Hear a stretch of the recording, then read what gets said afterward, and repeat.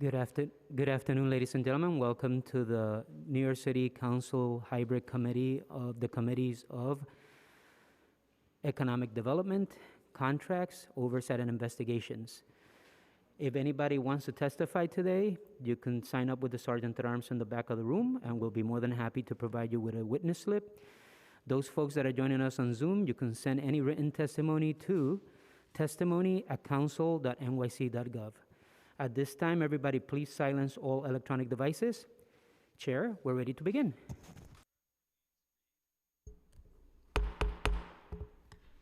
Good afternoon and welcome to this joint hybrid hearing of Economic Development, Contracts, and Oversight and Investigations Committees of the New York City Council. Today is Monday, June 27th, 2022. My name is Amanda Farias, and I have the privilege of chairing this hearing alongside my colleagues, Councilmember Julie Wan, Chair of the Contracts Committee, and Councilmember Gail Brewer, Chair of the Oversight and Investigations Committee. I'd like to thank both of my co-chairs and the members of all three committees for coming together for this hearing. We're joined today by Council members Linda Lee and Joanne Ariola and Sandy Nurse. The purpose of this hearing today is to discuss a pair of bills relating to food procurement and translation and interpretation services.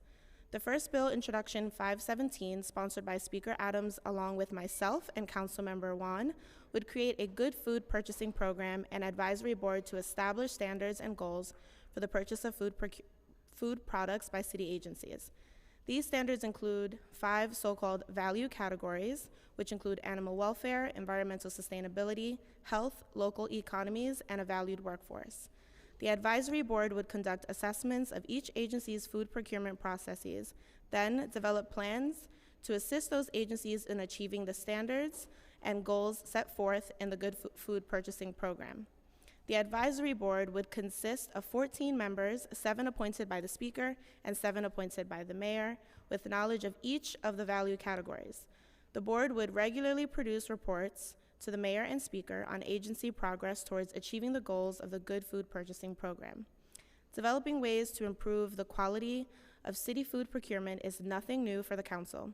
The last 4 City Council speakers have all worked closely with advocates in the food policy community to ensure that, whenever possible, city agencies choose to purchase quality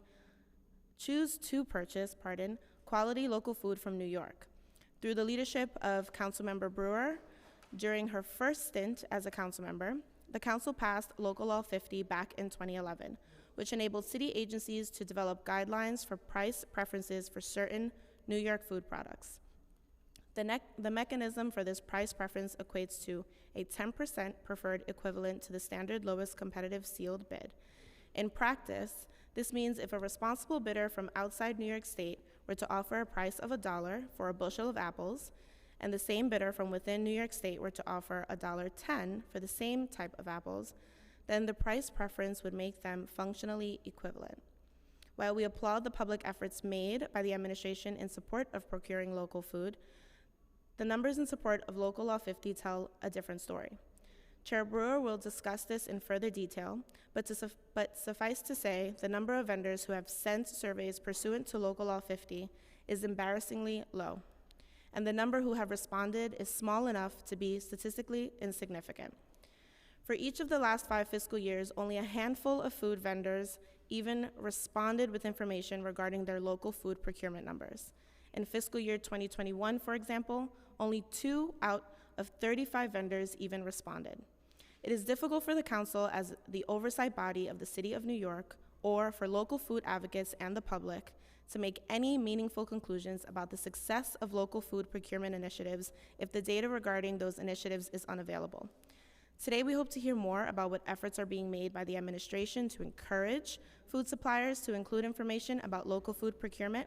We plan to hear from the Mayor's Office of Food Policy, the Mayor's Office of Contract Services, and the Department of Citywide Administrative Services in what efforts they have made to improve the quality of food they purchase, and how the spirit of Introduction 517 would fit into the citywide procurement plans.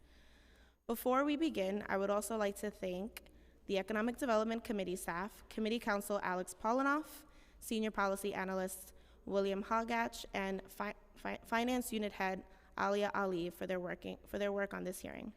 Finally, before we hear from the administration, I'd like to turn to my co-chair, Julie Wan, to say a few words about the second bill before the committees today, proposed introduction 136A. Councilmember Wan, the floor is yours. Thank you so much, Chair Farias, and thank you to Chair Brewer and Speaker Adams for your leadership on food policy. I'm proud to be a co-sponsor on Introduction 517, since it is a welcomed addition to the Council's longstanding efforts to promote good quality food in our city's schools, senior centers, correction facilities, and other spaces supported by public funds. I'm also here as the Chair of Contracts Committee to discuss a bill I sponsored, proposed Introduction 136A. This bill would require city agencies to develop and utilize a preferred vendor list for community integrated translation and interpretation services. The vendor list would need to include providers in at least 100 languages beyond the current requirement of translating city documents into the 10 non-English languages that are most spoken in the city. The contracts for these services, telephonic translations in particular, often go to large translation services companies outside of New York who typically are not proficient in many of the very non-standard dialects that are spoken by the city's immigrant communities. As a result, many of these communities rely on informal arrangements with family, friends, or community centers to have critical documents translated, and usually with no financial support from the city. Other municipalities, such as Washington, D.C., have so-called banks of community-integrated legal translation service providers who recruit, train, and dispatch legal interpreters throughout the city. Many of the staff at these providers are based on the communities they serve, which makes them even more culturally responsive than the faraway telephonic translators. This preferred list would empower these small community-based translators and interpreters by providing them with a great access to city contracts. This would support providers who currently conduct these services, often for free at personal expense. Notably, this preferred vendor list would not extend to contracts for interpretation or translation services in excess of the city's small purchase limits, currently up to $500,000 for certified minority and women-owned businesses and $100,000 for all other firms. 27 council members have already signed on to proposed introduction 136A, and I encourage my colleagues who are not sponsored to sign on as well. This bill would improve engagement with government services for many of the city's immigrant communities and could provide a lifeline to many informal translators and interpreters who currently volunteer their time to conduct this critical work. Before we begin, I would also like to thank the Contracts Committee Counsel, Alex Polinoff, for all of his hard work on this hearing. And finally, before we hear from the administration, I'd like to turn to my co-chair, Gail Brewer. Thank you very much, Chair Wong. And I am Gail Brewer, and I'm chair of the Committee on Oversight and Investigations. And I certainly want to thank Councilmember Wan and Farias and for their work on Intro 517, which I know is controversial to some, but I too am a co-sponsor and support it strongly. This committee today, all of us, are going to be addressing one of the most persistent challenges, and those in the administration know that I've been working on this for a very long time. We have to figure out how the city of New York, one of the largest purchasers of food in the country, I think second only to the military. We need to buy our food from local New York State sources, maybe even New Jersey and Connecticut, but definitely locally. And for city agencies, buying local should be a no-brainer. It has come up positively in all the reports that the agencies have written in the past. New York has, as we know, many great food products. We're a leader. Dairy, beef, apples, cabbage, onions, squash, potatoes, lettuce. And purchasing these products from the farmers and producers helps support the state economy, and we all want to save the local farmers. And if we purchase upstate, then we're able to help those in the Finger Lakes, all the way up to counties like Hamilton that are not able to come down to the farmers' markets. In addition, I have been emphasizing for many years that food purchased locally take less time to ship. It arrives fresher, lasts longer, and has a lighter impact on the environment. The lettuce coming from California has to be on that stupid truck for 2 weeks, and by the time it gets here, it is not got a long shelf life. The problem is that under New York State procurement laws, city agencies are permitted, yes, to favor food products grown and introduced in our state, as long as the price falls within 10% of the bid price offered by the lowest responsible bidder. All of these are challenges. In addition, when soliciting bids, agencies can mandate that certain products come from our state. They can also consider factors such as the length of time from harvest to delivery when determining which vendor provides the quote-unquote best value. These common sense rules do give the city agencies much needed leeway to purchase food from in-state sources, and it is absolutely essential that agencies take full advantage of this leeway when purchasing food for the city. But when I talk to city agencies, they always say, well, what happens if these strawberries are not in season? Then for God's sake, go to California for the strawberries, but buy them locally when they're in season. In 2011, during my first stint at the City Council, as you heard earlier, I introduced legislation that builds upon these state rules, and they're challenging the state rules, and we know we have to change them, to further encourage city agencies and vendors to prioritize food grown here in New York State. That legislation, Local Law 50, requires the city's chief procurement officer to provide city agencies with a variety of tools to help them purchase food locally. The law requires also city agencies to collect data from their vendors to track how much of the food purchased by the city actually comes from in-state sources, and I know that's not easy to get that data from the vendors. We can talk about that later. However, as you heard earlier, agencies have fallen short in their efforts to collect this information. In FY21, as you heard earlier, only 2 out of 35 vendors responded to Local Law 50 to the survey, and that response has been below 10% in 3 out of the past 5 years, so 2021 was not alone. In 2020, as Borough President, I testified before the Committee on Contracts about the need for city agencies to improve their data collection under Local Law 50. We cannot run a successful local food purchasing program unless we know where the food we buy is coming from. And I understand that agencies face challenges in getting vendors to respond to the surveys. I'm willing to call every single one of those vendors, personally. We have to do better. A regular response rate, 5 to 10%, is not acceptable. And so today, we'll be looking at the Mayor's Office of Contract Services to help us identify ways to improve data collection under Local Law 50. We'll address a number of other important issues related to the city's food procurement practices based on Local Law Intro 517. And one issue I've been vocal about for many years is getting fresh food to be located at Rikers Island and other Department of Correction facilities. That's DCAS's problem.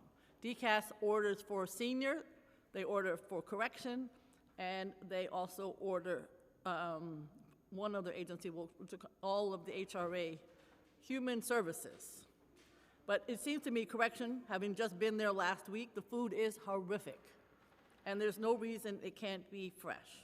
So I look forward to hearing about this issue. If the mayor wants everybody to eat plant-based, I'm not so good on plant-based. But if we want to eat plant-based, at least should be fresh. Then we can eat it. So I would like to thank the members of the central staff who helped put this hearing together, Alex Polinoff, William Hungage, and C.J. Murray, who's, thank you very much, here, and our legislative director, Leo Bolero, my office, and Shula Puder, Chief of Staff, who's been working on this issue for 10 years. Thank you, and I'll turn it back over to Chair Farias. Thank you. Thank you so much, co-chairs. I'd like to also acknowledge that we've been joined by Councilmember Williams. And so let's just jump right in. 1 second. I lied. We're not going to jump right in. I'm going to pass it over to our council for next steps. Members of the administration, would you all please raise your right hands for the oath? Do you swear or affirm to tell the truth, the whole truth, and nothing but the truth before these committees today, and to respond honestly to council member questions? Thank you. You can begin when ready. Thank you so much. And I'd like to also acknowledge Councilmember Riley, who is present virtually. So in terms of food governance, I'd like to ask some questions just to set the tone and the foundation of this hearing. The Mayor's Office of Food Policy was created by executive order over a decade ago and codified into law last session. What have been the main achievements of the Mayor's Office of Food Policy since it was codified into law? Do you want me to respond to the question before doing the testimony? Oh, my goodness, I'm so sorry. That's yes, okay. Testimony first. You know, we've just been going through these virtually that it's so new to be in person. I would absolutely love to hear your testimony first. I feel like that might be critical to this hearing. The thing is that I read everything ahead of time. Sorry. Yes, please.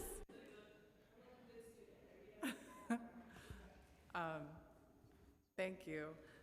Good afternoon, Chair Farias, Chair Wan, Chair Brewer, and members of the committees.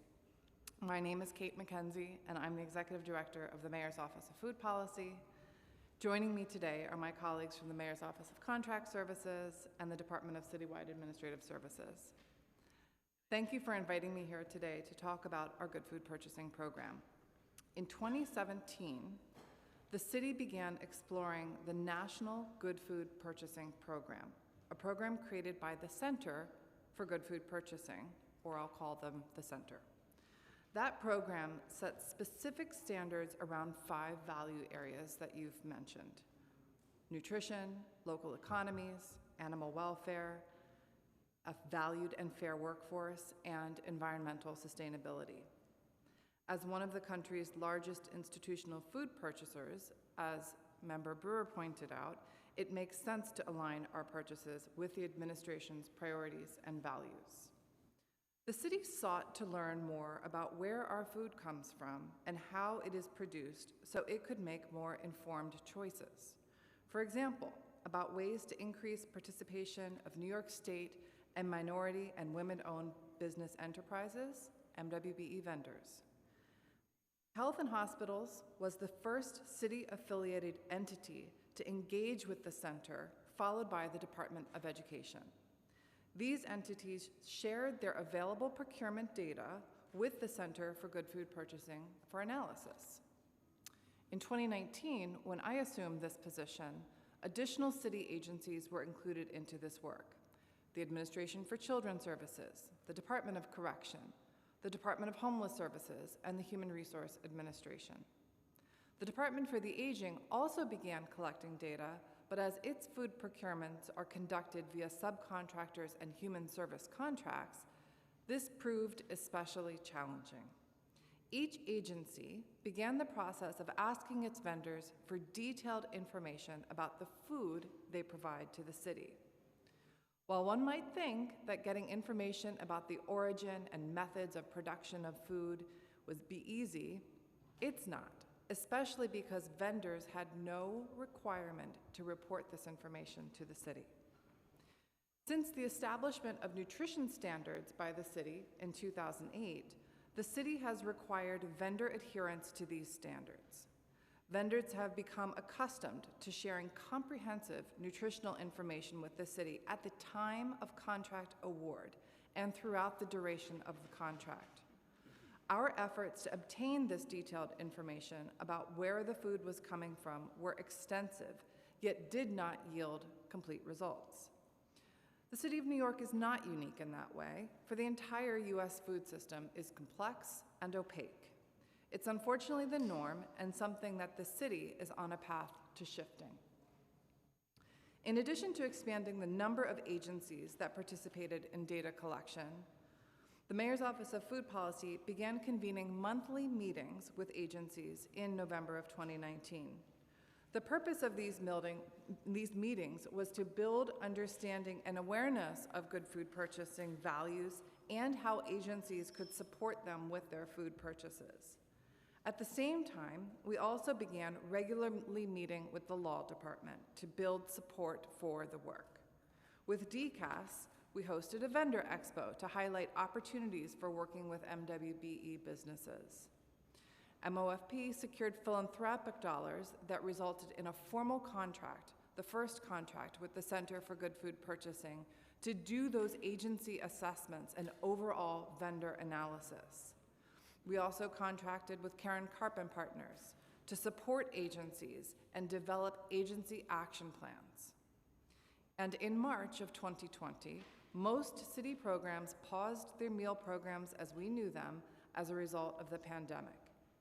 In February of 2021, the city released its first ever 10-year food policy plan, Food Forward NYC, pursuant to Local Law 40 of 2020, which included knowledge learned from the COVID-19 pandemic and incorporated an integrated approach to the Good Food Purchasing program. The Food Forward report demonstrated the role of good food purchasing in addressing all 5 of the goals outlined in Food Forward. MOFP also created a specific citywide good food purchasing strategy and resumed our efforts with city agencies with a renewed energy and very real food chain experiences as a result of the pandemic. MOFP committed to unprecedented transparency, and in September of 2021, this information was all shared to our website. To our knowledge, no other city has shared this level of information. We also released raw data on our food purchases, including prices to the extent legally possible, and intend to continue doing so on an annual basis. From the extensive engagement the city has conducted with stakeholders across the food system, we learned that a major barrier to participation of small vendors is the lack of understanding that institutional food contracts look very different from individual food service. So, we shared this information to enable small food vendors to understand what institutional demand looks like, the type of foods needed, and the amount of each type of food. Further, in October of 2021, New York City became the first U.S. city to sign the Cool Food Pledge, in which signatories seek to collectively reduce the climate impact of food served by 25% by the year 2030. Sharing this information aims to help food purchasers, consumers, advocates, and the public more broadly understand the impact of food choices and to encourage the purchase of more climate-friendly food options. As part of signing on to this pledge, the city provided with definitive metrics and objective data on our food-related carbon emissions. In February of 2022, Mayor Adams formalized the city's commitment to good food purchasing by issuing Executive Order 8, the Commitment to Health and Nutrition, Food Standards, and Good Food Purchasing. This executive order directs all agencies that procure and serve food to participate in good food purchasing and emphasizes data collection and transparency as the backbone of the program's implementation. In April of this year, MOFP launched the city's first interactive food and climate dashboard, which includes information regarding the carbon footprint of the city's food purchases. The dashboard was developed with input from key stakeholders, and it utilizes food purchase data from fiscal 2019 and again will be updated annually. Throughout this journey, MOFP has learned many things. First, nearly every agency procures food differently. The types of food, the length of the contract, and the type of the contract vary depending on the scope and services needed. Many city agencies adhere to federal and state grant requirements that restrict what they can purchase. The recipients of food range from young kids to older adults, and those serving sizes also vary. In some cases, we buy commodities, like apples, and in other cases, we buy complete and prepared meals. Each agency procures and serves food differently, so we need to tailor the approach to meet their needs. This is reflected in the drafting and execution of their contracts and in working with the agency staff who are responsible for developing menus based on the food that is procured pursuant to those contracts. Simply stated, it's not a one-size-fits-all program. Contracts average about 3 years, which affects the cadence with which any policy changes is reflected in the text of active contracts. Food contracts alone do not provide many opportunities to affect timely change. We're also mapping the process of solicitation development and implementation for each agency in order to create more robust interagency support and accountability. This is vital for timely action on contracting and data collection. Second learning, robust and complete data from vendors is essential.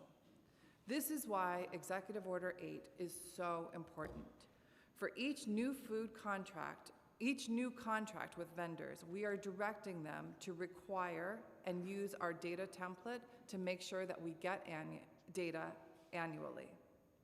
We have an informed understanding on the complex and overlapping state and federal legal frameworks that govern the city's purchasing of food.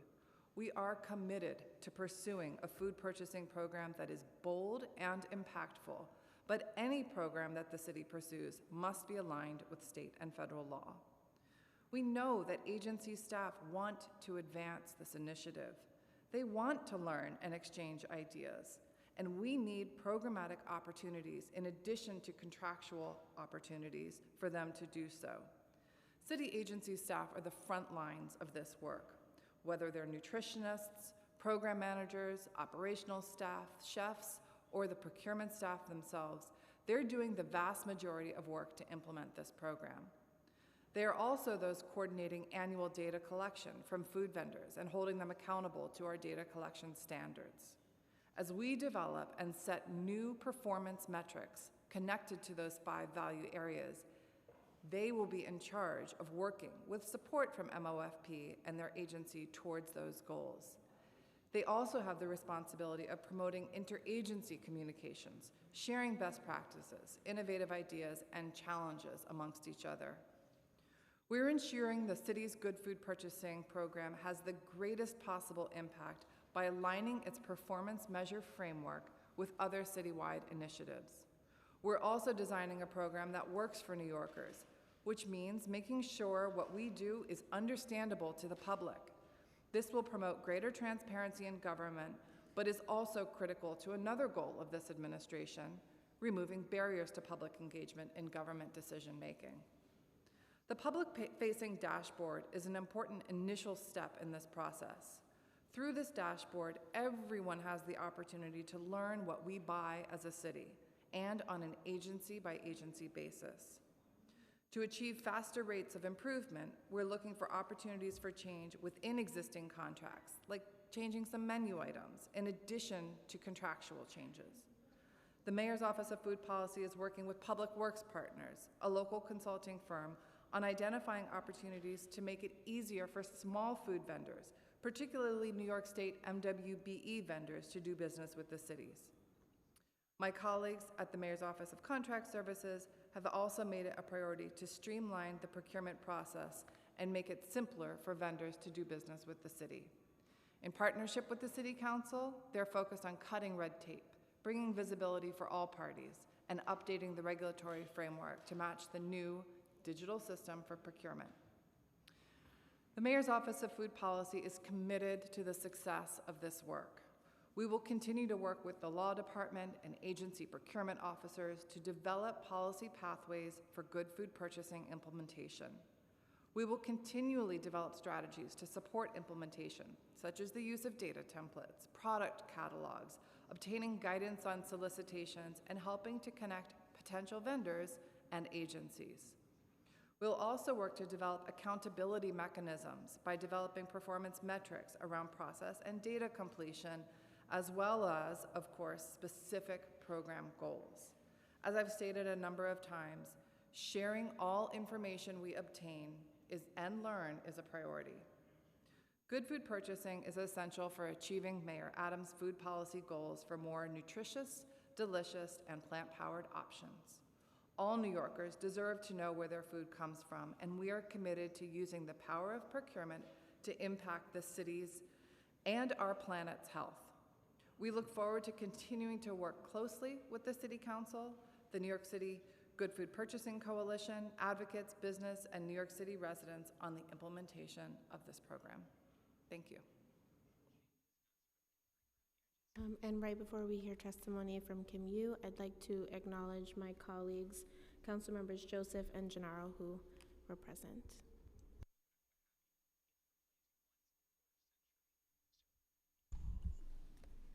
Good afternoon, Chair Wan, Chair Farias, and Chair Brewer, and members of the committees before us today. My name is Kim Yu, and I'm Chief of Staff at the Mayor's Office of Contract Services, otherwise known as MOCS. I'm grateful for this opportunity to testify before you all today. I'm joined by MOCS General Counsel Ann Meredith and Deputy Chief of Staff Matthew Sullivan. We appreciate you calling this hearing on the important topics in front of us. And I want to let you know that our office is always open to host discussions on how we can lead procurement reform, a key strategic priority of our agency in this new administration. MOCS is an oversight agency focused on ensuring regulatory compliance in city procurement while also leading improvements to the procurement process. Our mission is to fulfill our required oversight role while driving equity, innovation, accountability, excellence, and reform to create the equitable procurement system New Yorkers deserve. As part of this work, MOCS sometimes takes the role of supporting particular policy areas, such as food procurement and language services, through strategic consulting, process guidance, and data aggregation, while deferring to subject matter experts for policy direction. My testimony today will focus on language access services citywide and Intro 136, while my fellow panelist, Director Kate McKinsey, testified on the aspects of this hearing related to food policy. However, Ann, Matt, our colleagues from DCAS, and I will be available for questions regarding food procurement our agency is similarly available to hold conversations in the coming days relating to how we can improve the city's food purchasing procedures with any of the council members and their staff. I want to start by commending Councilmember Wan's focus on expanding language access so that the city services and opportunities can reach all New Yorkers. This is fully in line with our vision at MOCS and many of the strategic initiatives we have been working on, where equity is a guiding theme. It is imperative that city services are available and accessible to all New Yorkers, as we have experienced in a pronounced way through the pandemic and recovery period.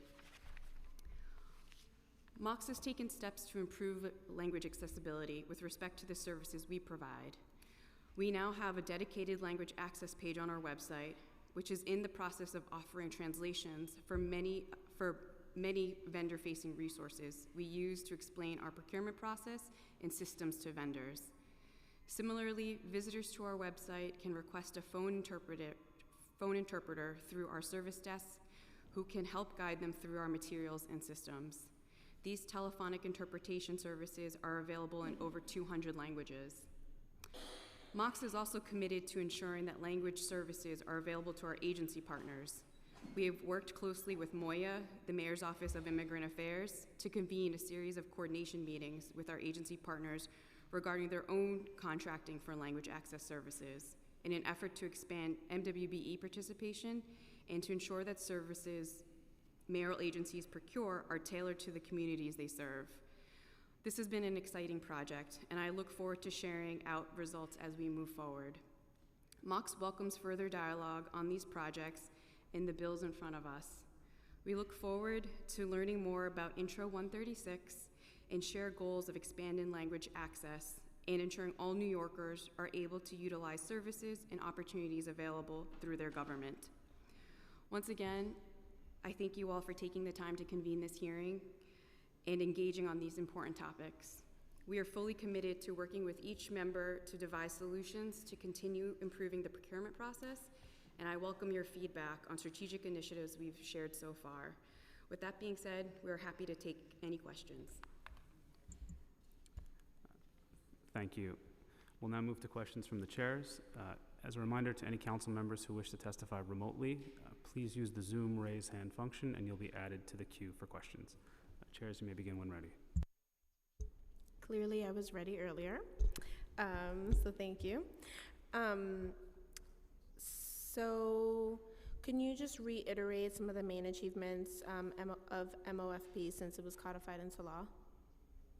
Sure. Thank you for the question. It was just in those weeks before the pandemic began, when the office became codified into law. And a few of the things that I've noted in the testimony, but also want to call out, are the execution of Food Forward NYC, which was an intended, I believe it was Local Law 40 required report. And I'm very proud of that report, and we'll continue to provide progress reports on that. I believe in February of 2023 will be the first report. Also, clearly, all of the work that I outlined around good food purchasing, getting through and returning back to as much business as new normal we can with agencies and their meal provisions, certainly supporting those agencies and picking up with the patterns and rhythms of good food purchasing. You know, on the heels of this administration in particular, in February, there were 2 executive orders, 8 and 9, certainly formalizing a commitment to good food purchasing and also requiring an update to food standards. Those food standards are groundbreaking in many ways by integrating sustainability in a very real and tangible way. And all agencies will get into sync and compliance with those by July of 2023. And additionally, and I think it was the last hearing in this room in person that I participated in, we talked a lot about the HRA's Emergency Food Assistance Program. I'm very proud that we're in the last days of negotiating and executing a contract that will formally make fresh fruits and vegetables part of that program, making some real additions also across the board to cultural and ethnic meals and meal types, really integrating all of the lessons of COVID into the fact that we now have a food policy office that is understood across the city, whether it's economic development, transportation, human services. That's a real legacy and I think positive lining on the COVID experience. I'll also note that certainly we are, with the good food purchasing, with the Cool Food Pledge, we are the first country in the city, first city in the country to endorse and become a signatory of that work. And that's really putting us more squarely in the space of climate change and acknowledging the role that food policy plays in climate. Certainly with all agencies, but I'm going to particularly lift up the Department of Education here. We meet weekly with that office on, again, the continuation of getting back to as normal as possible with schools and the school meal services. We were in lockstep with them around making sure that plant-powered Fridays could be rolled out successfully.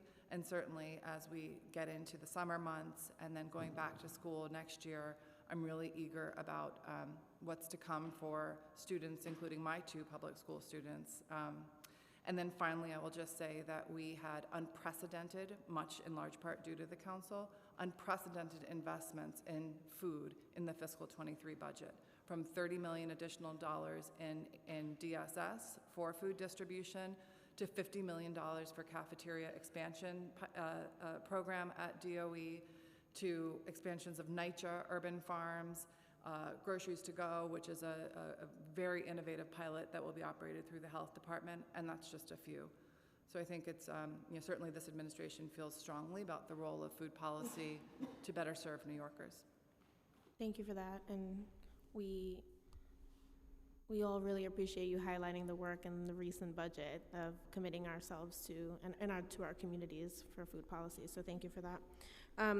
I was excited to hear how often you were using some of the data points and meeting frequently with the agencies that are working with the Mayor's Office of Food Policy. So just around some of these shared goals that you had listed, do these goals and strategic plans happen or are discussed during those meetings? Do the agencies share these goals, or do they develop them separately from MOFP?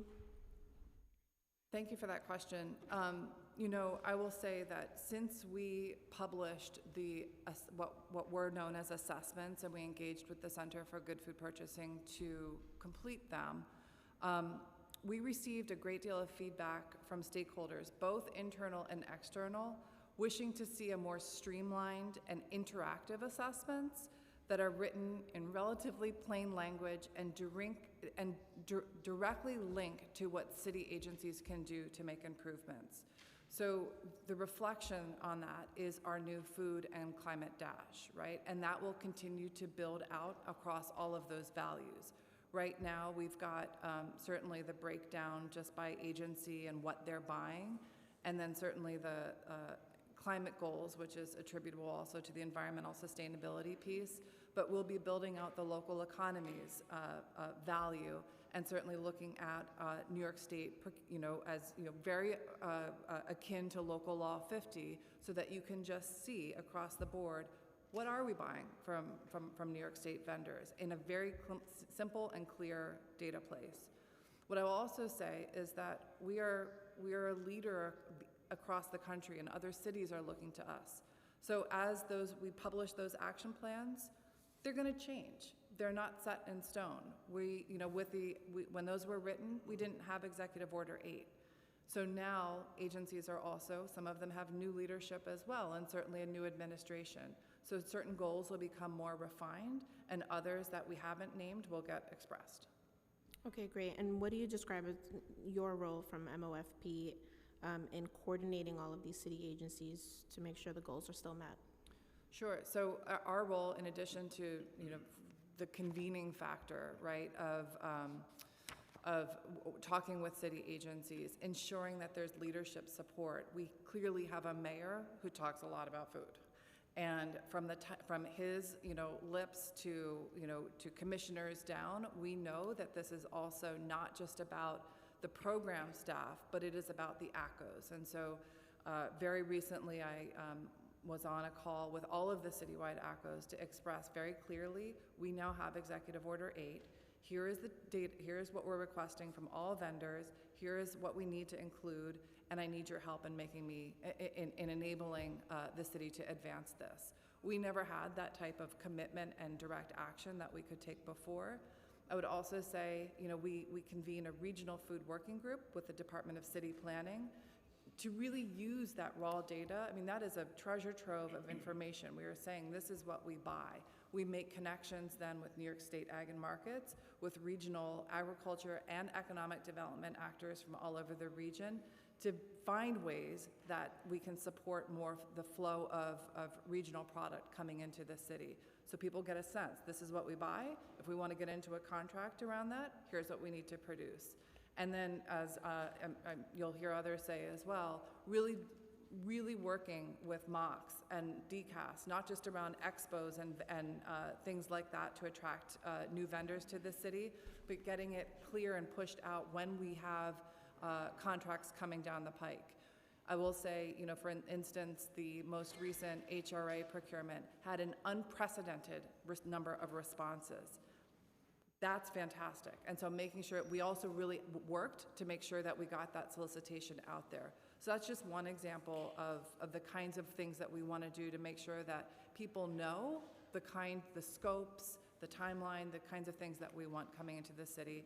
And then finally, as I've said a number of times and we'll keep saying, we are committed to transparency and accountability around this. So we're annually producing these reports and posting them on the MOFP website. And in the fall, we'll have our next tranche of data release. That's great, thank you. And I'd just like to acknowledge Councilmember Aviles, who has joined us. So hearing about all of this community engagement and strategy around it, how does the office work in, if at all, work in food justice communities? For example, communities that have inequitable access to healthy food, often low-income communities and communities of color. Yeah. Such an important question, and I'm really happy to respond to it. We're very proud of the community engagement work that we've done as part of, particularly to start, I would say, through the city's 10-year food policy plan. We engaged with more than 300 stakeholders, community groups, food vendors, food workers, advocates, to develop the plan that set a strategic framework in place for good food purchasing.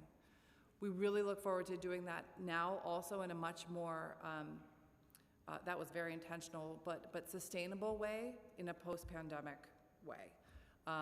Trying to engage in a meaningful way through Zooms was just very challenging, and that is something that, particularly as we share information out, we want to be able to hear from stakeholders back if this is working or not. So we're very committed to that. Great. And would you see Intro 517 as a codification of Executive Order 8? And if so, does that mean there's support for it? You know, this administration shares the Speaker and Council's commitment to the goals, values, and transparency of good food purchasing, and we look forward to discussing potential legislative paths in the future. Great, thank you. I look forward to it too.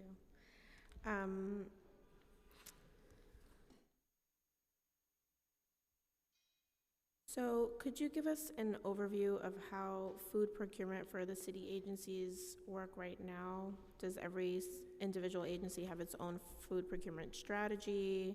Are there coordinated efforts within MOFP to standardize some of those? As I mentioned in the testimony, this is quite obviously there's lots of different city agencies, and each of them are buying different things.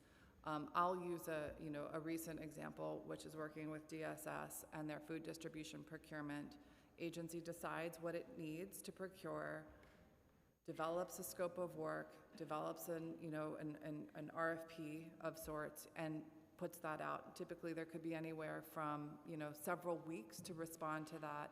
Things are reviewed, and then we go through contract negotiations. The process truly does take a number of months. My colleagues from MOX and certainly DCAS can also speak to a little bit about that process. But every agency also, procurements are run through their agency chief contracting office. What EO8 does is require, and again, I think just in these few short months, 4 months or so, there have been a number of moments, whether it was the recent awareness of different consolidations in food distributors, where now MOFP gets a lot of calls, and so people know that food contracts are something that we need to make sure MOFP has eyes on, and also this is a shared partnership with ACO offices. Great. I just have a couple more questions before I pass it on to my colleagues.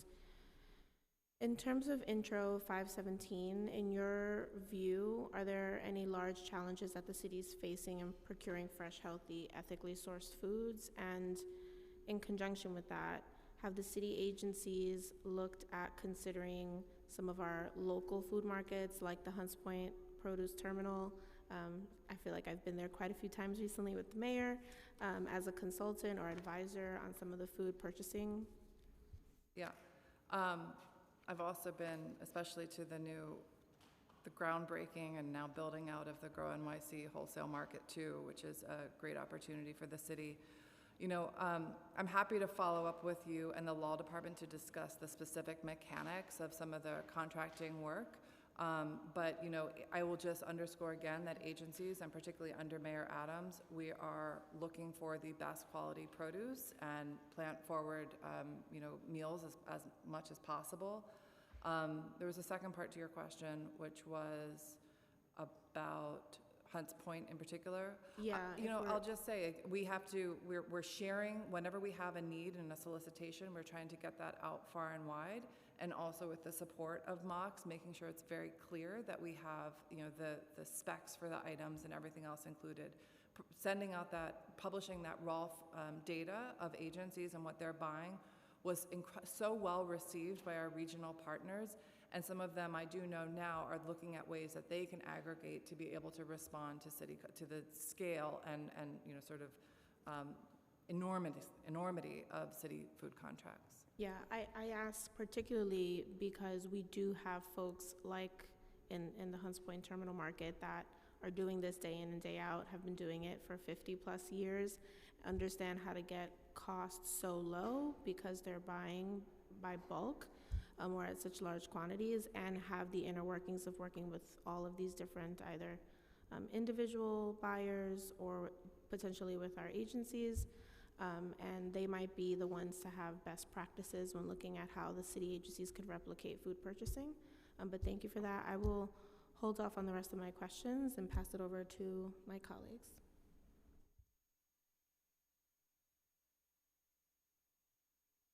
Thank you, Chair Farias. Good afternoon. You know, we gotta keep it lively over here. It's good to see you all. My first question is, which agencies have contracts that are subject to Local 50? Are you able to provide a breakdown of the food budget for each agency?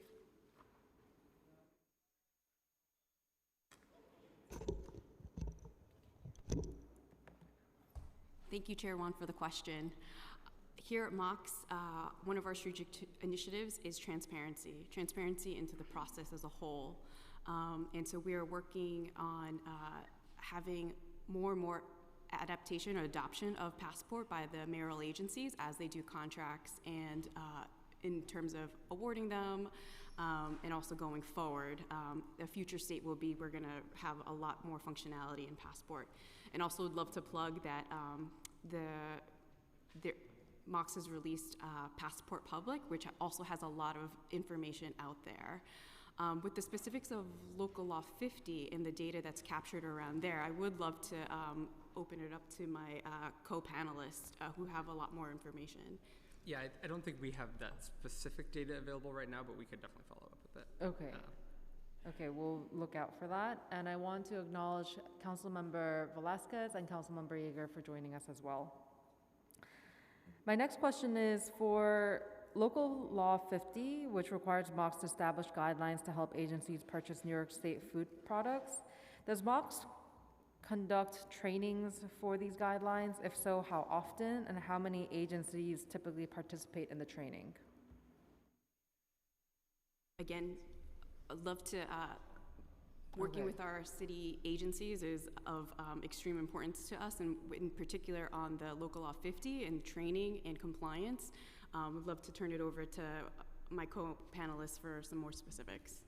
I think the training is kind of always available on our website. So or not our website. Okay, so it's a static training that's reviewable at their own time. A static So is it like a video slides. of recording?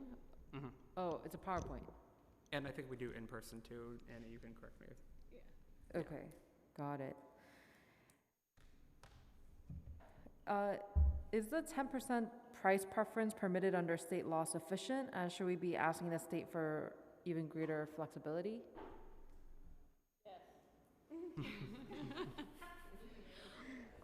I think what we'll say is that we're open to engaging a wide variety of tools to pull the right levers to make sure that city food purchasing is in line with what our co-panelist Kate McKenzie just testified about and what she spoke about in the Q&A.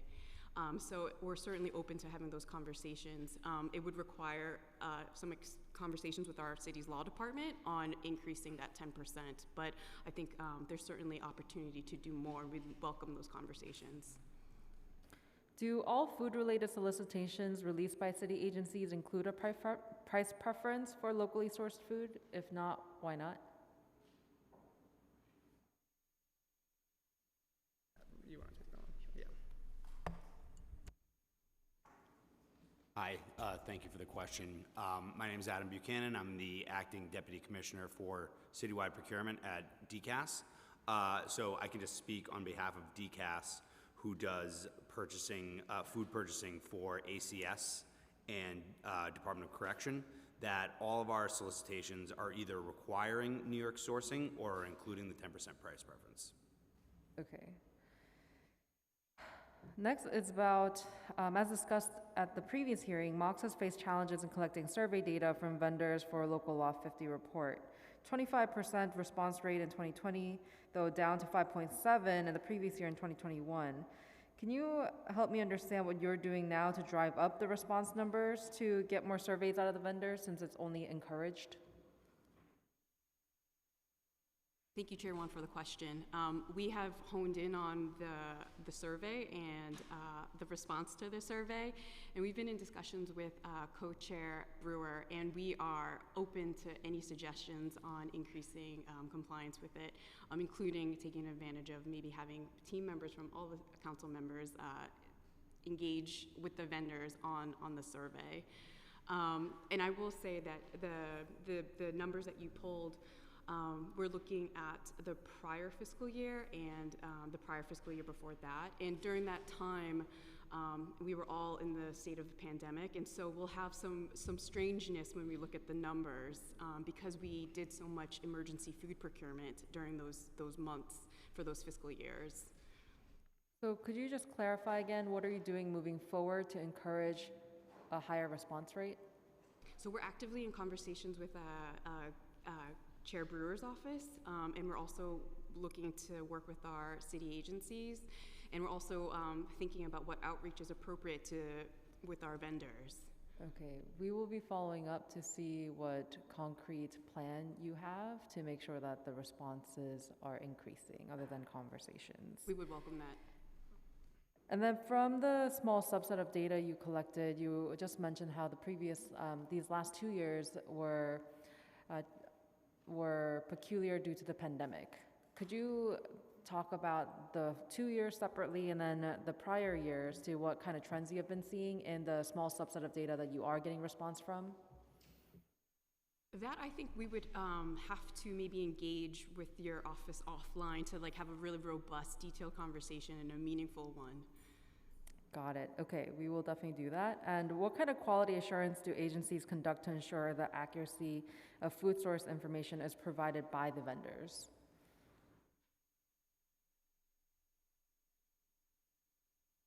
That I may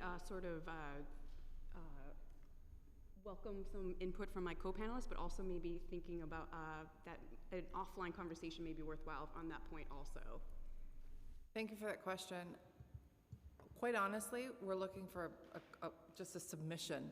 I think also, we're doing a very parallel approach with getting a lot of the same information from our larger vendors, and we haven't been in the place to sort of question the validity or accuracy. We just want some of the boxes filled in. And then we can begin to think about what raises questions. And in our work with the Center for Good Food Purchasing, that maintains a massive national database on a particular type of product that we're building into that too. So if it is an example might be a frozen potato product, right? We want to know literally the farm that potato was grown on, where was it cut into strips, and then where was it bagged. That is the level of transparency that we want from our food companies. And so we're looking to build that and also then test that again with the database that the Center for Good Food Purchasing manages. So am I understanding correctly, right now you just want to get them to check off boxes, and after you're able to get that response, then you can move towards quality assurance? To be clear, we're not looking to check the boxes. We're looking for vendors to submit data, and once they submit, we go a more thorough scrub into that. We have no reason to believe that any of the data that is submitted is inaccurate, and we will continue to monitor that. Now in 2022, we have blockchain technology, which allows you to track an avocado from a tree of a farm to exactly which cafeteria it is served in. So is blockchain technology part of what you are looking at for the auditing of your food sources? It is absolutely something that we would love to consider. Got it. It is very clear to me that all of my colleagues have come here because we're hearing from senior centers to correctional facilities to schools to nursing homes about the quality of food that they're being served. How are you collecting feedback from consumers themselves who consume this food, if at all, and what is your plan going forward? Because we're hearing a lot about getting feedback from this or data from the contractors themselves, the vendors. But what about the people who have to consume this food? What are you doing to collect feedback from them? So all feedback, especially feedback where there's areas to improve, we welcome. And I can speak on behalf of all of the agencies that are also serving food to vulnerable New Yorkers as well. What I can also say is that now there is a requirement in the food standards of 2022 that all agencies must solicit feedback, and they must report on that feedback and show how they're responding to that. So that is one notable step of actually requiring that agencies create a feedback loop of data collection and then process improvement. So again, we take all feedback, whether it is positive or areas for opportunities for growth, very seriously. So where are you collecting the feedback? Are you requiring them to submit it to 311, or are you requiring the vendors to solicit feedback on their own and they're supposed to submit it to you? Where is the feedback supposed to go? So these food standards were just passed in April of 2022, and agencies have until July of next year to develop their plan. That is one of many standards that they're completing. So agencies are creating those plans to collect data and many other things, getting their vendors to adhere to the new standards, so that by July of 2023, we're able to begin that process. But I can speak, I don't want to speak for, but I do know that the Department of Education also takes this very seriously, as in the process of community engagement, specifically with parents and students themselves. And I would defer all other questions that are agency-specific to those specific agencies. I think it's really important that we have a centralized process that all of the feedback for all of the agencies are being brought back to MOCS, because it's very clear through our hearings on Passport that all of these agencies are doing all kinds of things on their own, and there is not a centralized process. Therefore, the data is running off the walls.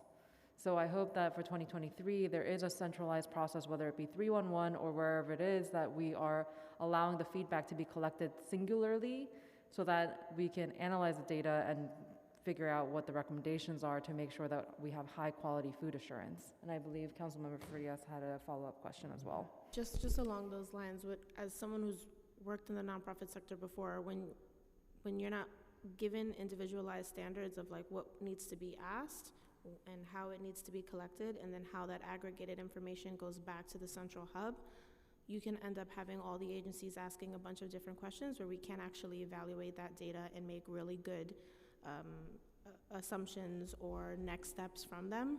So I mean, in the same breath, like, I urge you folks to consider coming up with at least a basis of questions that are necessary to be asked, how frequently they're going to, like, set a schedule, and where they need to be centralized within like your side of the admin, just so we can actually be able to have good data sets that look the same. And if other folks want to have additional questions that can help us with certain populations like youth or seniors, etc., that's always helpful for those subsets. But not having a standardized process or standardized set of questions is not helpful to us. It feels like in a year we'll be asking the same questions. As we mentioned earlier, all of us as council members, we're hearing feedback from students, seniors, immigrant communities, CBOs about the quality of the food that they're being distributed. And for the food quality assurance and even the quantity of the food distributed, a second grader should not be receiving the same quantity of food as a fifth grader in a school. So for the quantity that is distributed, whether it's in a nursing home or in a different location through these agencies, what is the protocol on how much the quantity that each vendor is required to distribute through all of these agencies? Thank you for that question. I do know that each agency, as I mentioned, through whether they're procuring different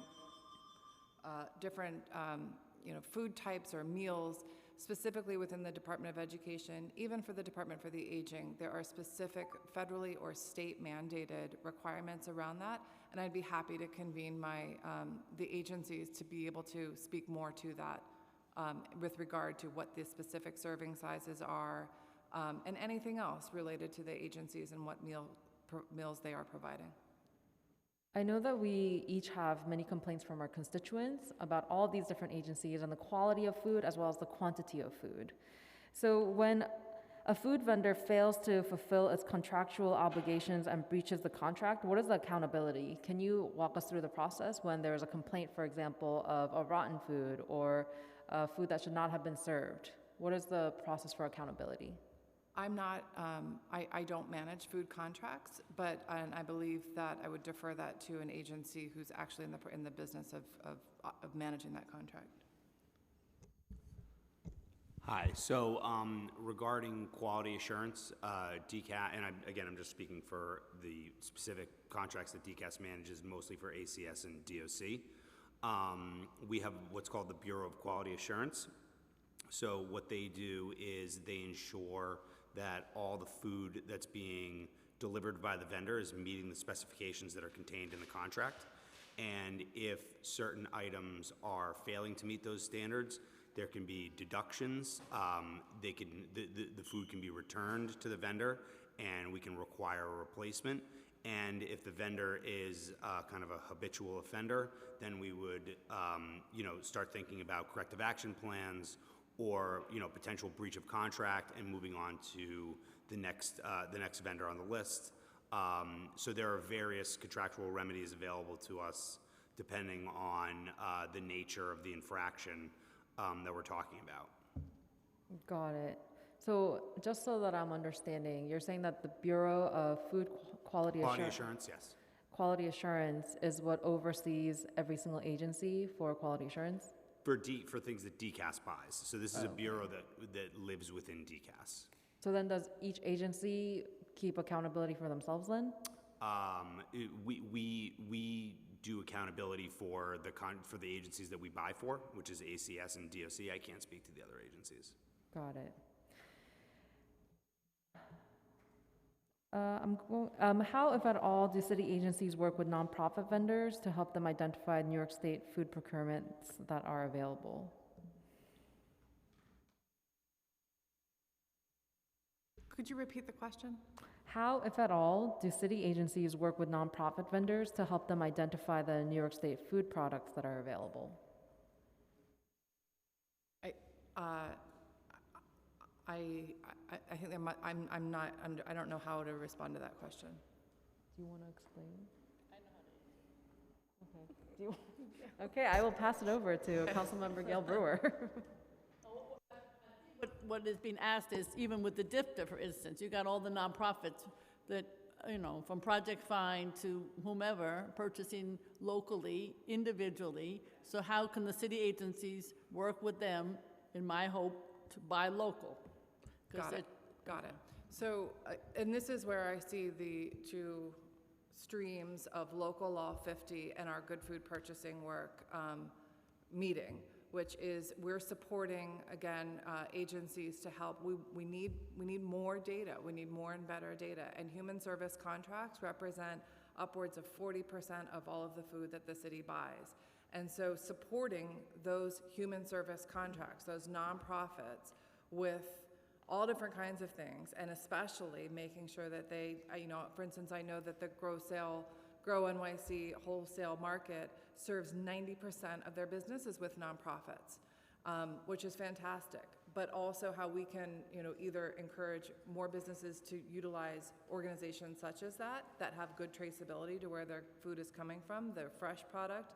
But also, again, as my colleagues have said, we are happily willing and able to talk and find some of those ways that can support human service contractors in a way that gets them even better food. Thank you. I just want to acknowledge Councilmember Krishnan, who has also joined us, and I will pass it over to Councilmember Chair Brewer to continue the next line of questioning.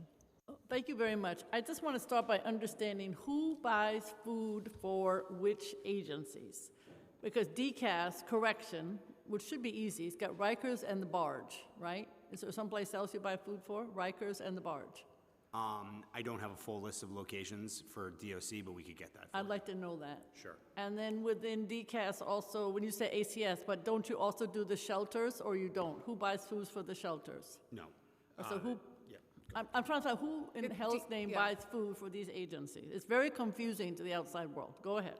DSS, within the DSS umbrella, DHS has their own procurements. Okay. And this is a change. For HRA used to procure their food through DCAS. It is now, this new procurement that should be executed imminently is independent. It is not through the city. Okay, so hold on. So DSS, I call DSS and HRA the same thing, but it's not, is what you're saying. Okay. So it's DSS does their own procurement. Correct. Jesus Christ. And HRA, what did you just say that they do? Formerly, they were with DCAS. They are now executing a contract with a private distributor to procure, store, and distribute food to the pantries across the city. Okay, for the pantries. All right. And then, so you're only doing ACS, is what you're saying? Correct. Okay, and you do that, so each childcare center doesn't do it on their own, they all do it through you? They're doing it through the centralized contracts, yes. Okay, and then DIFTA, you also ostensibly do, even though everybody does it on their own? We don't handle DIFTA's food procurement. You don't do DIFTA? Do not. This is a mess. Each one does it on their own. This is a friggin' mess. Okay, and so DOE, also, you don't do DOE. I understand that. You talk to DOE, but you don't do DOE. So who else has food? Am I missing? The health and hospitals you don't do. Yeah. Who else has food? The agencies that procure food include health and hospitals, the Department of Education, the two agencies through DCAS, Yeah. DSS, DIFTA, the Department of Health, and DYCD. Okay, so DYCD for the youth programs? Correct. Okay. Does anybody do scratch cooking except for some of the senior centers, or is everybody else doing? The correction kitchen is closed. I was just there personally. It sucks. Excuse my French. So when it's in operation, DOC Kitchen does scratch cooking. We know that there are a number of schools, and increasingly, very few. We'll get there. Certainly, some of those, certainly the senior center, the older adult centers. Right, some. And that is the majority of meals prepared on site. Okay, so can we get a list, first of all, just like an organizational chart as to who's buying from whom or something, so we have some sense of this? And then I assume for the ACS, for instance, that's not scratch cooking, that's all delivered, right, to the child care centers? What kind of food does ACS partake in with their centers, just as DCAS is doing that purchasing? So I think we would just have to defer to ACS on what they're doing at each specific center. But you can get us this information, so we have an organizational Absolutely. chart. You know, for instance, DSS purchasing for the shelters, I assume that's what they do. That's all delivered. There's no scratch cooking in any shelter whatsoever. And I hate that because you never smell the food, and that's actually a mental health issue, not to be able to smell cooking. So I can have a whole conversation about that. All right, so that would be helpful, just to know who's doing what, because it does add up to a lot, particularly with DOE. So then during the summer, DYCD will be purchasing more for summer camps and so on, or you'll get us a list of all the purchasing that they do and for what? For sure. Okay. And the health department does it for, who are they purchasing for? For the food pantries or not? No. Actually, no, a lot of the mental health providers, there's food provision, a small scale, but still food provision. But it's something, okay. All right, the reason I ask, one of the issues that, you know, we're all trying, when you go to correction, the only thing fresh there is a banana that's unripe. I tried to open it, you couldn't even open the skin.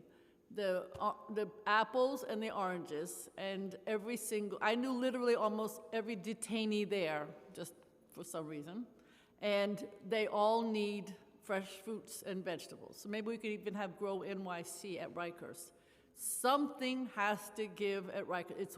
You don't have to go from place to place. You got 8 institutions, but it's one island. So please, let's figure this out. On the state level, as we know, because I happen to like Commissioner Ball, head of Ag, so he realized that the onion was, under the RFP, it was a California onion, as you know. We simply switched the RFP to a New York onion, and guess what? We're buying New York onions for the jails. So we should be able to do the same thing here, for God's sake. Yes, you know my onion story, but I could give it over and over again. So the issue, even for Rikers, are we buying local onions, or are they coming from California? So I am happy to report that out of the 534 individual items that DCAS carries, currently we have 152 coming from New York sourcing, including onions, carrots, cucumbers, apples, potatoes, celery, ground beef, various breads, various flours, and various kosher and halal meals. So about 30% of DCAS's entire portfolio is now coming from New York State. And if you take out shelf-stable items, which are hard to source in New York, we're up to 44%. So really, obviously, a lot of work to do. but we're happy, you know, I mean, 50% of the fresh produce that DCAS is procuring is coming from New York State. 61% of the bread and baking products is coming from New York State. So we've really, and thanks to that meeting that we had pre-pandemic, it would have been nice to meet more recently, but with your office back when you were in Manhattan Borough President, that was really eye-opening for us, and we've really tried to move the needle quite a bit since then. Okay, I mean, I appreciate that. When you go to Rikers, you do not see any of these products on the lunch platter. So there's just lots of work, not to be discussed today, but we've got to figure this out. And I think one of your issues is that when you talk to the vendors, and the vendors are challenging, the distributors are challenging, but they don't know necessarily, you know, what is local, unless there's some way of getting that information. We need to have very granular information. I know we talked about it earlier, but have you been able to get, if it's Grow NYC, obviously they will give you that information.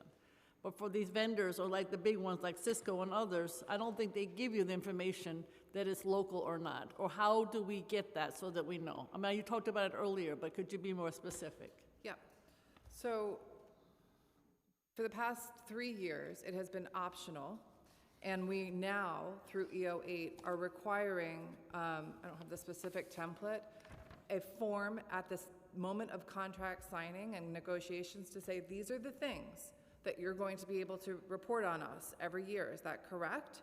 And, you know, we are working through our first moment here, but so far so good, where you give them the upfront notice of, you know, we need to know where this stuff is coming from, and we need to know all of the moments where it was processed, et cetera. So being really clear and requiring it is the tool that we now have, and I have every reason to believe we'll be able to get there. All right, so right now, as we speak, if Cisco or Baldor or somebody is your distributor, they're going to tell you that the potatoes come from Ulster County or whatever farm. Is that how it's supposed to work? Correct. So if you, all of the data that is currently on the Mofp website, and you see the raw data, you can see, you know, where there's holes, but also where a specific distributor says, this is where my corn, my apple, my cabbage, whatever it is, came from. And that's the supply chain transparency that we're aiming for. Okay, now when we tour, as you know, I've taken people upstate 3 times, 4 times. Anybody wants to go? Cornell's willing to do it again, because sometimes people have never been upstate and talked to farmers. You have, but other agencies have not. So the question is, in order to be the New York, make this up, celery, lettuce, whatever, they need a year in advance to plan. You cannot grow lettuce in 2 minutes. So what are we doing to work with the upstate farmers? Because they, unless you tell them, DCAS is going to buy for correction, I'm making this up, the celery, the onions, they're not going to be ready. So how are we working with the farmers to say, I mean, and in the past, I was always told, oh, we can't promise this scale, we can't promise. Well, you got to promise the farmers. So how are we going to make sure that they have enough onions, et cetera, to be able to supply the city of New York in the way that we want? How is that going to work? So thank you for that question. There are a few steps I'd like to point to. I keep going back to the posting of that raw data, which was, you know, who looked at it most? Local farmers, right? Because they want to see what are the things that we're buying. And then if I'm a farmer that can satisfy 25% of it, how can I find another farmer? And then we know that there are aggregation hubs and even more in the pipeline to be built across the state. So signaling with what we're buying is one effort, but also, again, this regional food working group where we're also identifying federal and state opportunities to have those aggregation hubs developed. I mentioned sharing, like getting not just what agencies are procuring what, but the public version of that is also, and when are they going to make their solicitations, right? So that we know DOE in fiscal 23 has a big moment out there. We want to start, you know, signaling that, you know, these are the things that we want to be buying. So we're working both with the supply chain to be able to say, you know, signal this is what we want, and also showing people what it is that we're buying. So there's just, you know, a few of the ways we're, you know, Commissioner Ball spent a whole day up at Gracie last week for our convening that we had. We have a fantastic relationship now with Ag and Markets. And again, whether it is through the Nourish Carrot program, farmer. yes, and a remarkable commissioner. Yeah. And so just trying to make sure that we are signaling where our demand is so that people can either work with distributors or direct in the ways that are possible. Okay.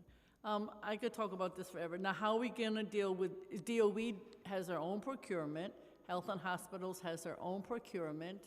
How do we work with them? I guess a separate hearing to figure this out? Because with all due respect, the kids aren't going to eat Mayor Adams's plant-based, I won't eat it either, unless it has fresh ingredients, right? And so I have to say, so far, they're not too fresh.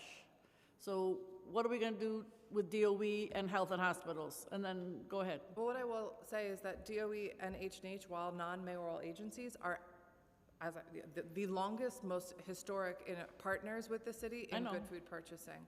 And so whether that's H&H and through their specific vendors, they're committed and making great strides around good food purchasing. I know, but the locally, there's not only the Mayor Adams plant-based whatever, but there's also supposed to be locally based, I think it's Thursday or Mondays, I can never remember. Meatless Mondays, Thursday, Sunday, Friday, something. The only thing locally based recently were the Jamaican meat patties. That was nice, but there wasn't a lot else locally based. So I'm not saying, and I love meat patties, and I love them from Brooklyn, but I want my farmers upstate also to be part of locally sourced food. So to be honest with you, that was it last Thursday, just so you know. There was nothing else. And so I appreciate that there is this effort. One other question I have is, how are we going to deal, if at all, to improve scratch-based cooking? It's more expensive, it's this and that, but it is something that we need to do. So it's not a correction. Very few schools, more senior citizens would like to do it. So what are we doing on the issue? Because when you do scratch-based, you're also more likely to have more locally based, locally sourced. So what about scratch-based? We share your interest, your commitments around that, and also as an administration are working on the long-term vision and operational plans to be able to get there, not just, as you mentioned, within DOE, but also, across other agencies as well. This is about also connecting the food provision to education, and what better way than through cooking. Okay, so I hope that when you get us a listing and the org chart, you'll also include, although it's probably on the dashboard, it's the controller's dashboard that you're talking about, I assume, when you talk about your dashboard. We have an independent one through MOFP that looks at all of the data available for fiscal 19 in the fall. 20 and 21 will be uploaded. That looks at a city, but then also by agency across anything from dairy to fruits and vegetables, tubers, ruminant meats, grains. So you can actually see what each agency is buying, and then another layer to that is the carbon equivalence of that food. So that's a very different and distinct from the comptrollers, but our visualization of what we're buying. Okay. Well, other issue, of course, involving EDC, and this is, again, 20 years of discussion, but what are some other impediments to buying locally? I understood the friggin' lettuce washing machine and the apple cutters and blah, blah, blah. Are there other issues that EDC should be working on to purchase locally that are infrastructure related? I would welcome that conversation with EDC. Okay, because there's a lot. There's a long list. Okay, I'm done for now. I could go on. Thank you very much. Let's go to the other members. Thank you so much. I just have one question before I move to member questions. It's regarding the survey, and I'm just asking this to ask this. Do we think mandating the survey in any capacity with some level of enforcement or penalty would encourage participation and or hurt contracts? I would love to have that conversation with DOHMH, who is the agency responsible for making the food standards really happen. I know they put a lot of thought into that and would welcome that conversation. Okay, great, thank you. And with our first member, oh, sorry about that. I'd like to kick it over to Council Member and Chair Juan. We're going to shift focus just for a little bit, for a few minutes, for the Intro 136 on language access. For Local Law 30 of 2017 requires the city to publish 10 citywide designated languages based on a civic formula using census and DOE enrollment data. How often does the mayor's office assess which languages are the 10 citywide designated languages? Chair Wan, thank you for that question. I would have to defer to the Mayor's Office of Immigrant Affairs on that, but we're happy to make the connection offline because it is a very, very important topic. And yes, the 10 identified languages is just a subset of the many, many languages spoken in New York. Could you describe how the mayor's office tests emergency messaging and what role MOX has in contracting outside vendors for that? I'm sorry, Chair Wan, I missed the first part of the question. Could you describe how the mayor's office tests emergency messaging? So for example, during Hurricane Ida, when all of our phones get the emergency message saying that there is a hurricane on the way, and the role that MOX has in contracting outside vendors for that. I think we'd have to defer that conversation to NYCM, but we would play our standard role in overseeing the procurement process and facilitating it for those contracts. Got it. Please describe how the mayor's office targets remote outreach through digital platforms using LAP populations and ethnic media. Do all the agencies use these methods? I think we might need Office of Community and Ethnic Media for that one. But yeah, happy to continue that conversation. So you're saying that the mayor's office of media does all the outreach planning for emergencies as well as? I think I missed the first part of the previous question. If you could describe how the mayor's office targets remote outreach through digital platforms used by LAP populations and ethnic media. I think we might need NYCM for that one as well. Okay. And what guidance has the mayor's office disseminated to agencies regarding language assistance provisions for populations with lower rates of literacy in their native language? So for example, right, I'm just trying to make it easier to humanize it. Someone who, for example, my grandmother, she's Korean, but she grew up in Japan because of the Japanese occupation. She never learned to read and write Korean, but she can speak it fluently. So for folks like that who may understand the language colloquially but cannot read and write, what is the mayor's office's plan for that? Chair Wan, thank you for these questions. They're very important, and we are committed to equity and inclusion and connecting New Yorkers with the services that they're looking for in their spoken language and in providing written materials in their preferred language. But here at MOX, we are focused on making it easiest to do business with the city. So that is sort of the perspective of our organization.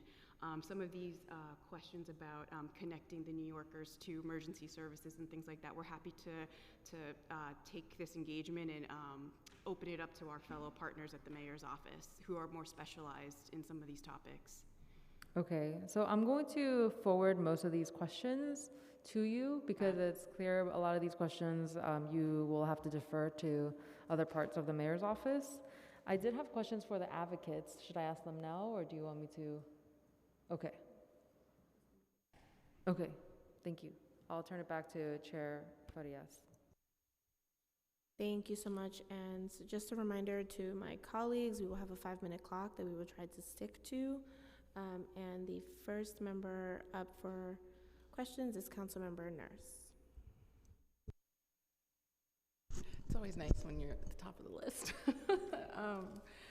Okay, thank you all, and thank you, chairs. I just have 3 questions. One, Executive Director Kate, you mentioned in your testimony the need for programmatic opportunities for agencies to learn and exchange in order to advance this initiative. So to share their experiences. Can you just share a little bit more about that? And just mindful, I only have like 4 minutes left. Yeah, no problem. So the people that we meet with weekly are the program staff, right? The people, it could be a person from ACS who's actually developing the menu. She's not developing the contracts necessarily, but she maybe heard from health and hospitals about a great tactic that they had. This is a real example, right? About labeling or calling something different on the menu to solicit greater participation. Nobody likes to choose something that's called like the vegetarian chili, but the 3 being like, you know, something was really good.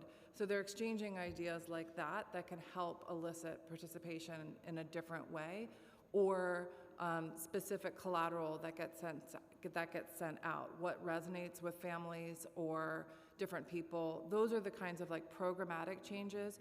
We brought in the Better Health Foundation to be able to talk about like placement of like if you're gonna put a product at, you know, eye level versus down, you know, lower. Things like that that help all of our agency programmatic staff serve their meals better. Okay, thank you. And then some of my next question is really more based on resiliency and kind of, I love the Cool Food Pledge, but maybe you could share kind of what additional in-city infrastructure can really support achieving the good food purchasing goals. You know, you mentioned like farms at NYCC. I helped build out a couple of those farms, but those aren't going to achieve scale, right? Those are educational opportunities for people to see and be like, oh, this is amazing.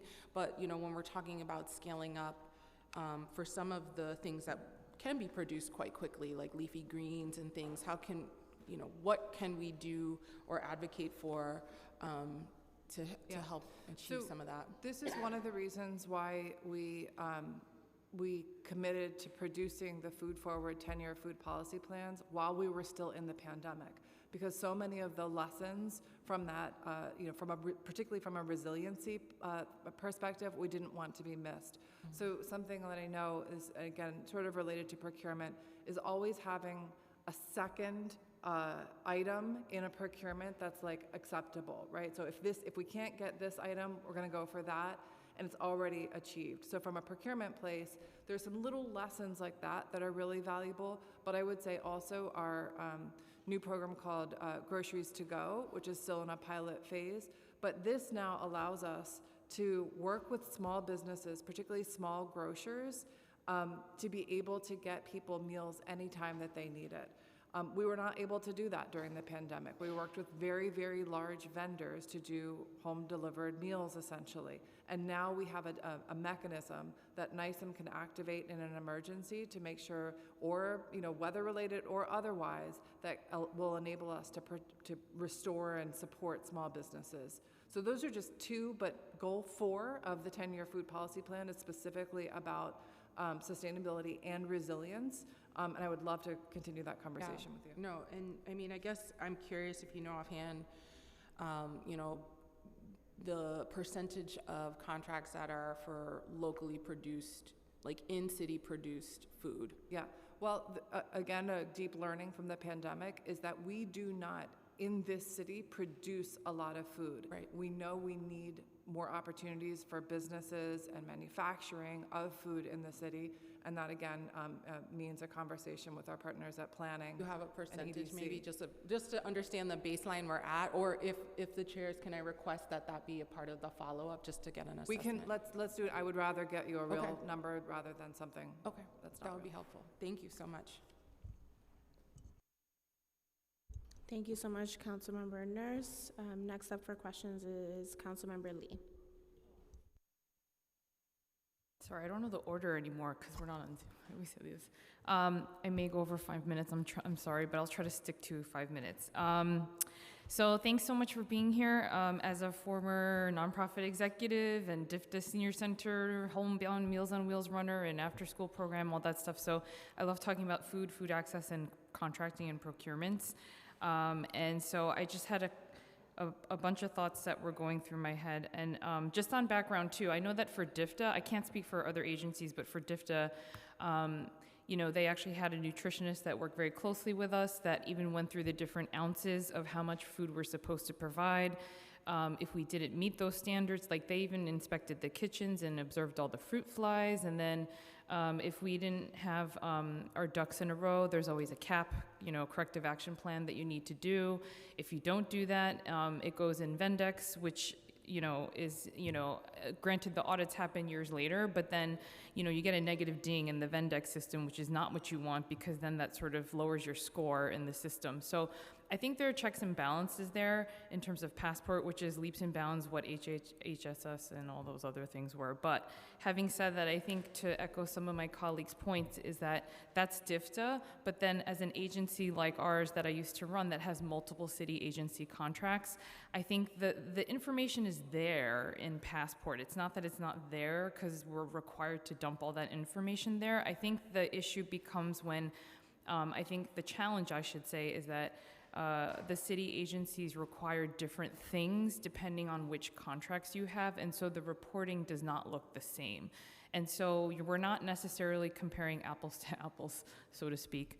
And so I think that's where the challenge becomes. And so I'm just wondering, is it ultimately MOGS that has to oversee that process in conjunction with the city agencies, or how do we help to make that sort of process and system more consistent? Or, because I understand that obviously different programs require different things, but at the same time, how do we make the database more centralized and easily accessible?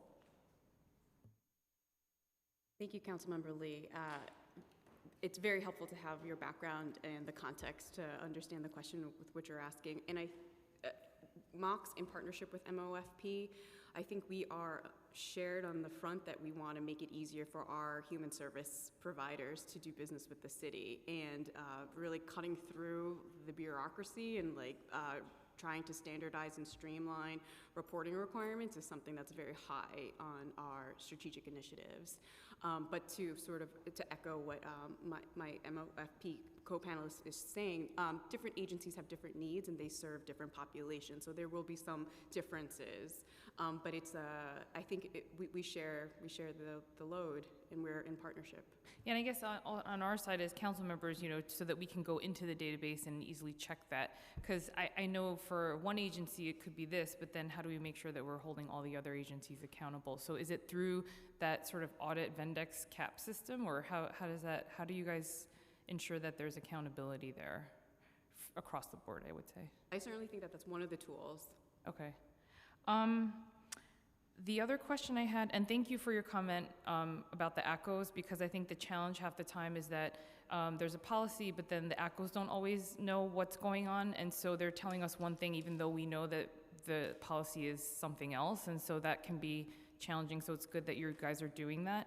And I guess my question, sort of flipping it a little bit, is going to DOE, and I don't know if this is something that you guys can speak to, but one of the things I've been hearing a lot from the principals and the school teachers and the PTA presidents is that there's such an incredible amount of food waste that's happening, and so is there a way to use the contracting process to include something with the food vendors so that they have some direction of what to do with that food waste? Because what ends up happening is they just throw it away.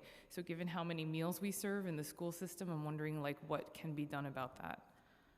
Thank you for raising that concern. And I recall at a hearing read maybe a week or two ago with DOE, Chris Tricarico highlighted some new initiatives that they would be rolling out in the coming weeks and months. And so I would defer to the DOE plans around that. But thank you for raising it. Okay, awesome. And then also, I don't know, again, if this is MOX or DOE or MOFP, but, for example, the cultural food sensitivity thing is something that I think is super, super important. And even including in my district, we have the second largest Asian population in the city.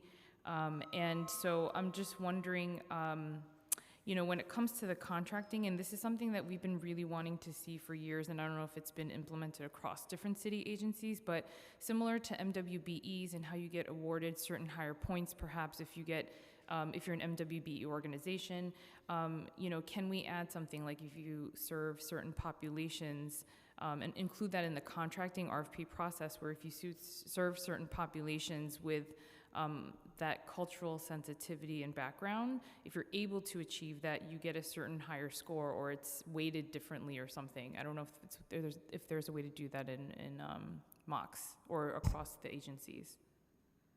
What I would say is that absolutely, and again, incredible learning from the COVID pandemic about what food types and cultures and preferences are truly needed across this city. And this administration Mayor Adams feels incredibly strongly about this. And so again, going for all new contracts, they are being, examined to make sure that the appropriate language and commitments then from vendors and capacities are included. Okay. And I think that sort of concerned me because I know that at the last hearing when I was asking a question to DOE, they only have 3 vendors across all the schools, and the contract ends, I believe, in 2024. So I'm just wanting to see if we can prepare for that now in 100% agree. Okay. And then also, I know that for the New York State cells and Grow NYC, there are certain vegetables and fresh produce that are available, but again, when you're talking about populations that have specific food needs, a lot of the vegetables and fresh produce are not there. And so I think you alluded to it before, but I just wanted to confirm. So you guys are open to using local supermarkets, vendors, and how do they get into the system to be able to participate? That is the Groceries to Go program is separate and distinct. I believe that it's again going to be operated through the Department of Health and Mental Hygiene, and I'll defer to them on the specific eligibility for that pilot program. But I will say again, with a nod to what I just mentioned around different types of foods, cultural, ethnic, specialty items, that gets acknowledged in contracts going forward. Okay. I'll stop. Sorry. Because I went over my time. I'm sorry. Oh, no. Okay. Yeah. Thank you so much. Next up is Councilmember Williams. Oh, here. Is Council, you want to go? You need to leave? No. Okay. I'll be fast. Hi. My question is about food desert communities. So, we know that roughly 1 million of our residents are considered food insecure. I definitely have parts of my district that can be considered food deserts. So just wanted to know how your office works with these communities. Of course, the council has done a lot of work prior to me being in the council, and I know this council also continues to do that work. So just wanted to know what your office's role is. Thank you for that. And I really, again, want to extend deep appreciation to the council for the additional $30 million to our, I'm not calling it EFAP because it's going to have a new name, the former Emergency Food Assistance Program. And, we, through Mofp in partnership with DSS and the Office of Economic Opportunity, are looking at where there's gaps in not just food pantries, but also where there's need for more emergency food. And it might be in a district that doesn't have a lot of food pantries. And so thinking about how we're able to support mobile distributions going into those communities, that's one acknowledgement there about making sure that coming off of the gravity and frankly, the extraordinary amounts of food that were available throughout the city during the COVID pandemic, to make sure that we're also supporting not just the free food distributions, but also acknowledging and paying attention that to the, getting, summer food service starts tomorrow. That is a free meal for any kid under the age of 18, right? Making sure that our benefits access programs are reaching these areas and prioritizing those, particularly the racial inclusion and equity neighborhoods that drive absolutely everything that this administration is doing to make sure that we have resources for food, childcare, and many other things. So your office specifically is like serving a coordinating role? Are you like driving the effort? Like what specifically, you have any specific initiatives? We are making sure, so we do not operate programs other than these sort of governance initiatives, right, which are for the city writ large. But we're making sure that, for instance, the summer food service program, in times in the previous administration, and we had to really reduce the allowable distance of how frequently summer meal sites could, the distance between them. We work with EDC and others as they're thinking about the FRESH program, and different programs, and really trying to underscore again that the penetration of these programs is happening where they're needed most. So we provide advisement and oversight for all city agencies to make sure that the mayor's food priorities are expressed in all of the programs that are operated. I yield my time, Chair. Thank you. I'd now like to call on Councilmember Joseph. Thank you.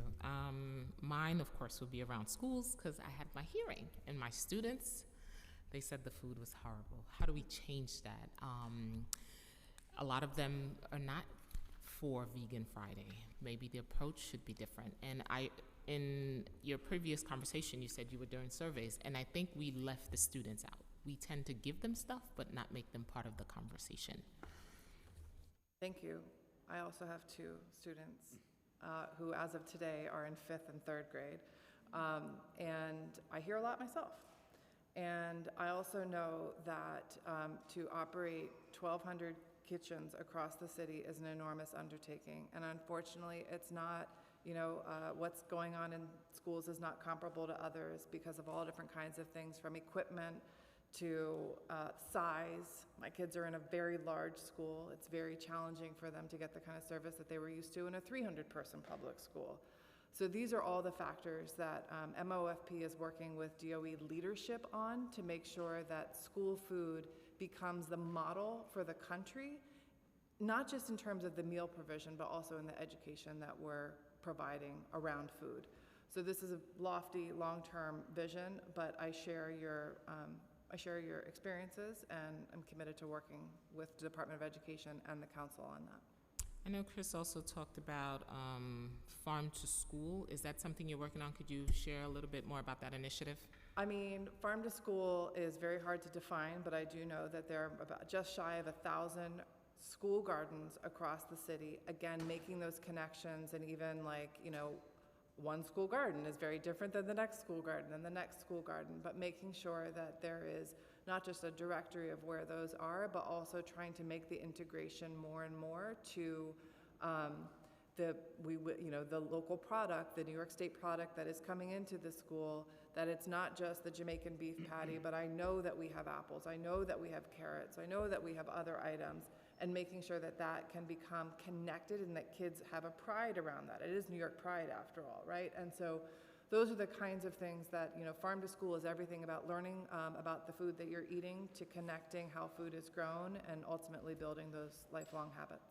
And Councilman up a very important topic. I used to run a summer program with the foods, and lots of food went to waste. And this is a city where we also have a lot of children that go to sleep at night hungry. How do we minimize the waste? Thank you for that. Both, the food waste is something that the city takes incredibly seriously, and we've been working for years with the Department of Agriculture federally.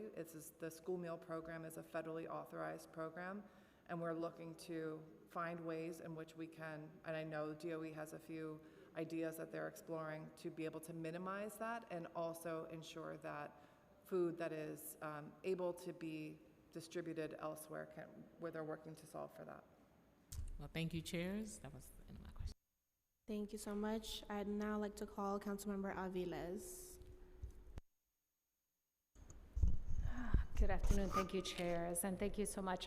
Along the lines of continuing in the food element, one of the things in the last hearing that we heard, and certainly I've experienced as a mom of 2 public school students, is the enormous waste that happens in school buildings, which is generally a result of state or federal guidelines around what must be provided. I'm assuming that this is also potentially a problem with other city agencies that may have similar regulations that really just don't work, right? That lend to continued food waste. So I was wondering, what does the advocacy of the agencies look like to push against federal state regulation that really isn't sensible on the ground, and we see what it leads to? And also, how does rescuing food look like and weigh into like contracts and operational aspects? Again, thank you for continuing to bring this topic up. I would defer to the agencies themselves and the language in their specific contracts. I do know that over the course of the pandemic, there were specific elements included into those contracts where if something couldn't be delivered, let's say. Now, obviously, we're not doing 1 million home delivered meals a day anymore, so the elements will have to change. But I would say also, last Tuesday we convened the first in the country's convening in a lead up to the White House conference on hunger, health, and nutrition at Gracie Mansion with Mayor Adams. And the White House is looking to New York City to make recommendations across all federal programs for change. I've had several conversations specifically with USDA, and I think this is an element, again, not just about nutrition standards, right, but about those connections to sustainability and to environment. And Washington is also looking at connecting food to climate goals. So that provides a great opportunity for us to, share our experiences and show how federal leadership can really benefit all cities and rural areas as well. I definitely appreciate that advocacy, as this has been such a long-standing issue, and the amount of waste is mind-blowing in the midst of an ongoing food insecurity across the city, where we see still very long lines of folks needing food, and in every school, public school building, we are throwing away untouched, perfectly good food. So thank you for that, and I hope we will push them as hard as possible, and along the lines of culturally relevant food as well, which is another element where we haven't seen nearly enough gains in relation to both the urgency and just the long-standing advocacy, because communities of color, immigrant communities didn't just show up, they've been here for hundreds of years, so thank you.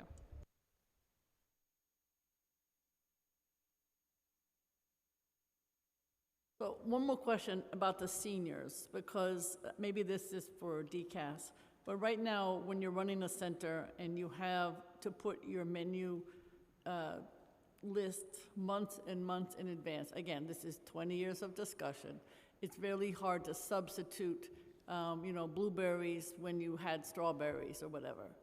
How can we be more flexible on those menus? Now, that's not you maybe, but who is it? Is it the nutritionist? Is it DFTA? It doesn't happen. It's always a challenge. And that's how we get our local produce. If you have your menu 6 months in advance, you don't know that the blueberries are going to be in season or whatever. You need to be able to have that kind of flexibility. What do you suggest on that kind of front? So just to reiterate, DCAS doesn't purchase for DFTA, but I think that something like you're saying could be handled in the contract drafting process. So, you could have it be you could have it say seasonal fruit as opposed to be specific to blueberries or strawberries or something like that. And so you could kind of lay it out. It's like, okay, in the first quarter of the year, here's what will be acceptable for you to serve. In the second quarter of the year, here's what would be acceptable for you to serve. And it's all about approved equals. And as long as you're making the vendor aware of what that process is going to be in order to determine whether something's an approved equal, I think that's fair to put that into the contract. It's a problem. The nutritionists are a problem, and so it needs to be addressed. Mm-hmm. Otherwise, every barrier to locally sourced food has to be addressed. And just so you know, that's another one. And the other question I have quickly about the seniors is, again, it's the issue with the smaller vendors working with the older adult centers. They procure, and they want to know as we go forward with this, I think, good agendas that you're trying to produce, they want to make sure that they can use the local vendors that they have, because they do want to have Korean, Chinese cuisines, and they are nervous that if we have something that isn't flexible enough, they're not going to be able to do that kind of flexibility that they need. So I don't know if you can respond to that, but we've got to find a system that's flexible at the local level, that gets these vendors at the citywide level to give you the granular information that you need. And then, of course, we need more funding, I think, probably for the upstate farmers to figure out how they can be more responsive. But are you going to be flexible enough, do you think, in this new system to work with the DFTA contracts? That is our intention. Underscoring everything that we've mentioned around working everywhere from the ACOs to the program staff to the solicitation to the contract negotiation. And the reporting, too. And the reporting. Not too onerous, but getting to what you need to get. Yeah. So it's not just a, renew. Okay.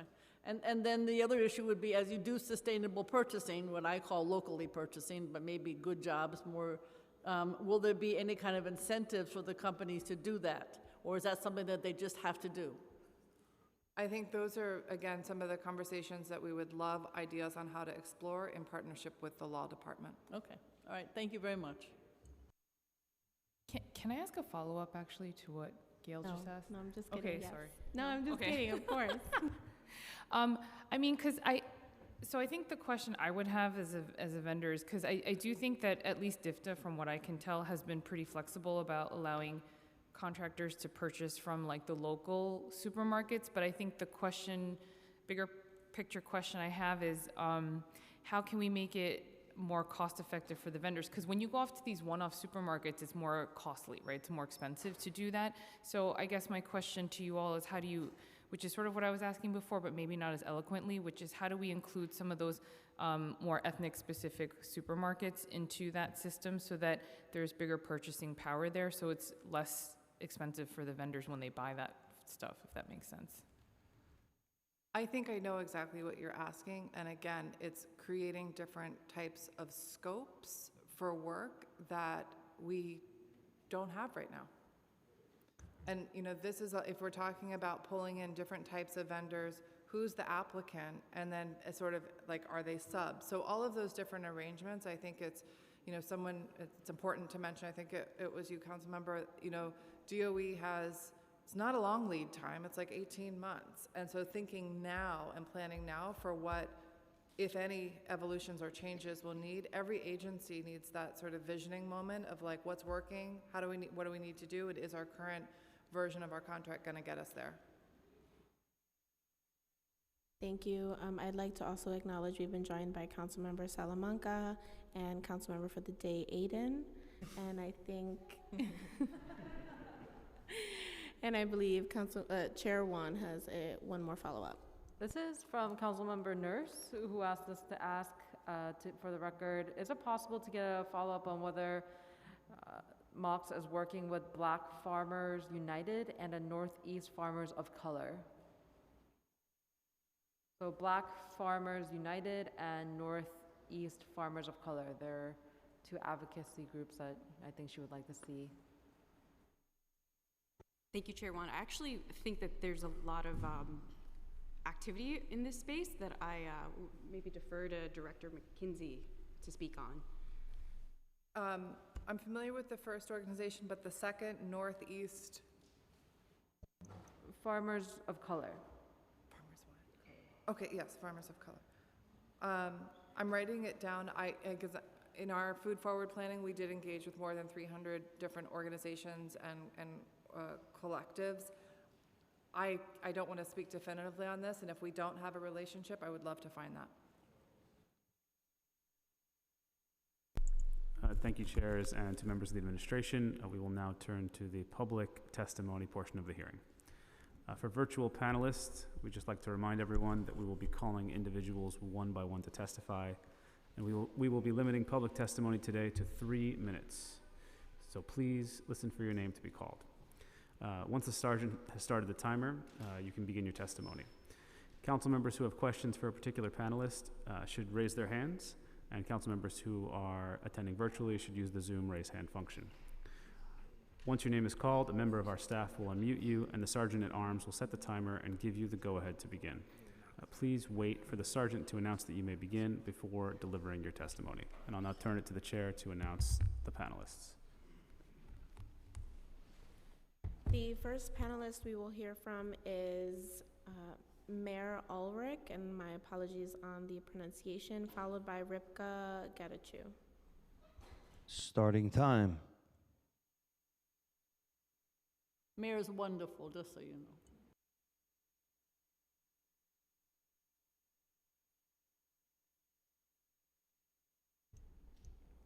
Mayor, if you are speaking, we cannot hear you.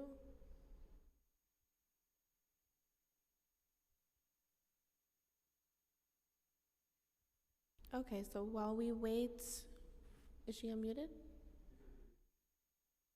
Okay, while we wait to figure that out, we will move to Ripka. Starting time.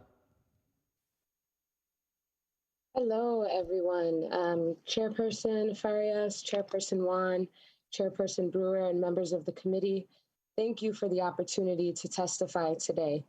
My name is Rivka Getacho, and I am the director of the New York Good Food Purchasing Program campaign at Community Food Advocates.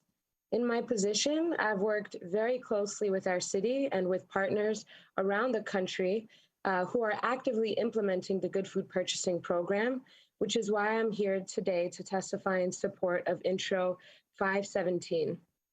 As was mentioned earlier, of course, this bill seeks to further codify the city's commitment to the Good Food Purchasing Program.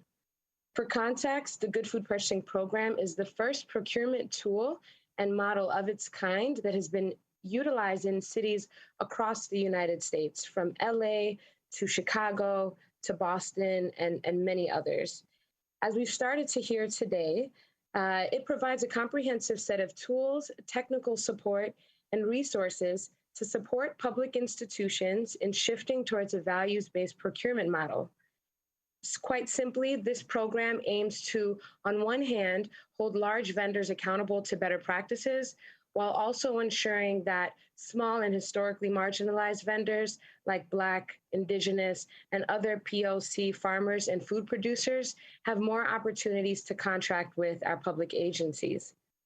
Working in close partnership with the Food Chain Workers Alliance, CUNY Urban Food Policy Institute, and the Center for Good Food Purchasing, we at Community Food Advocates have been building a robust coalition of over 30 local and national food system experts that align with the 5 value areas that serve as the pillars of the Good Food Purchasing Program.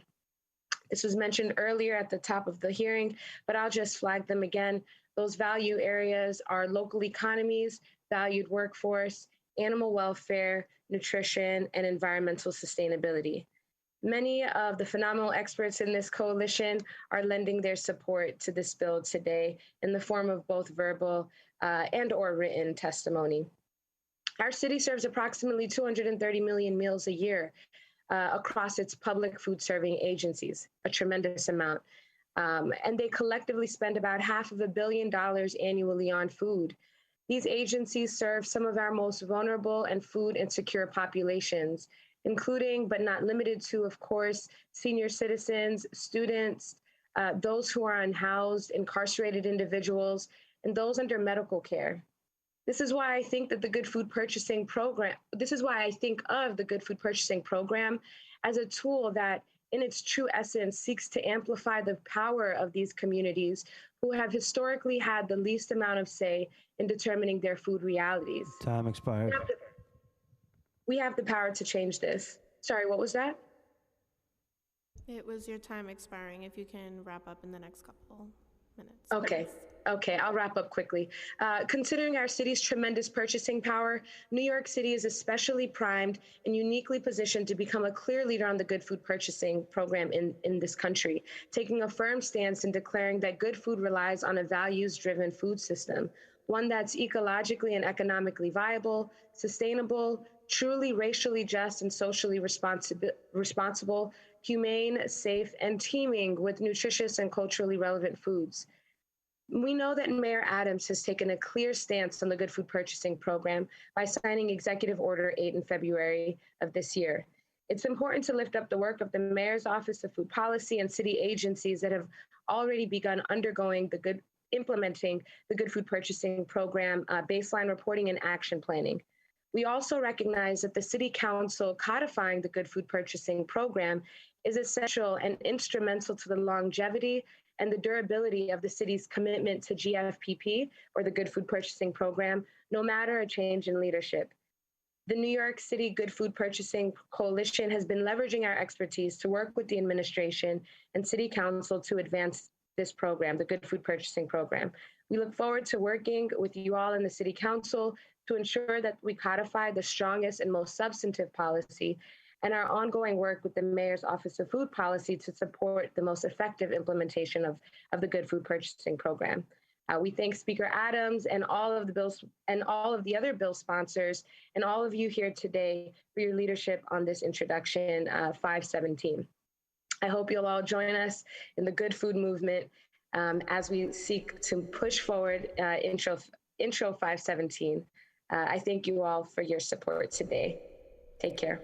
Thank you so much for your testimony. I will try one more time for Mayor Ulrich, if we can.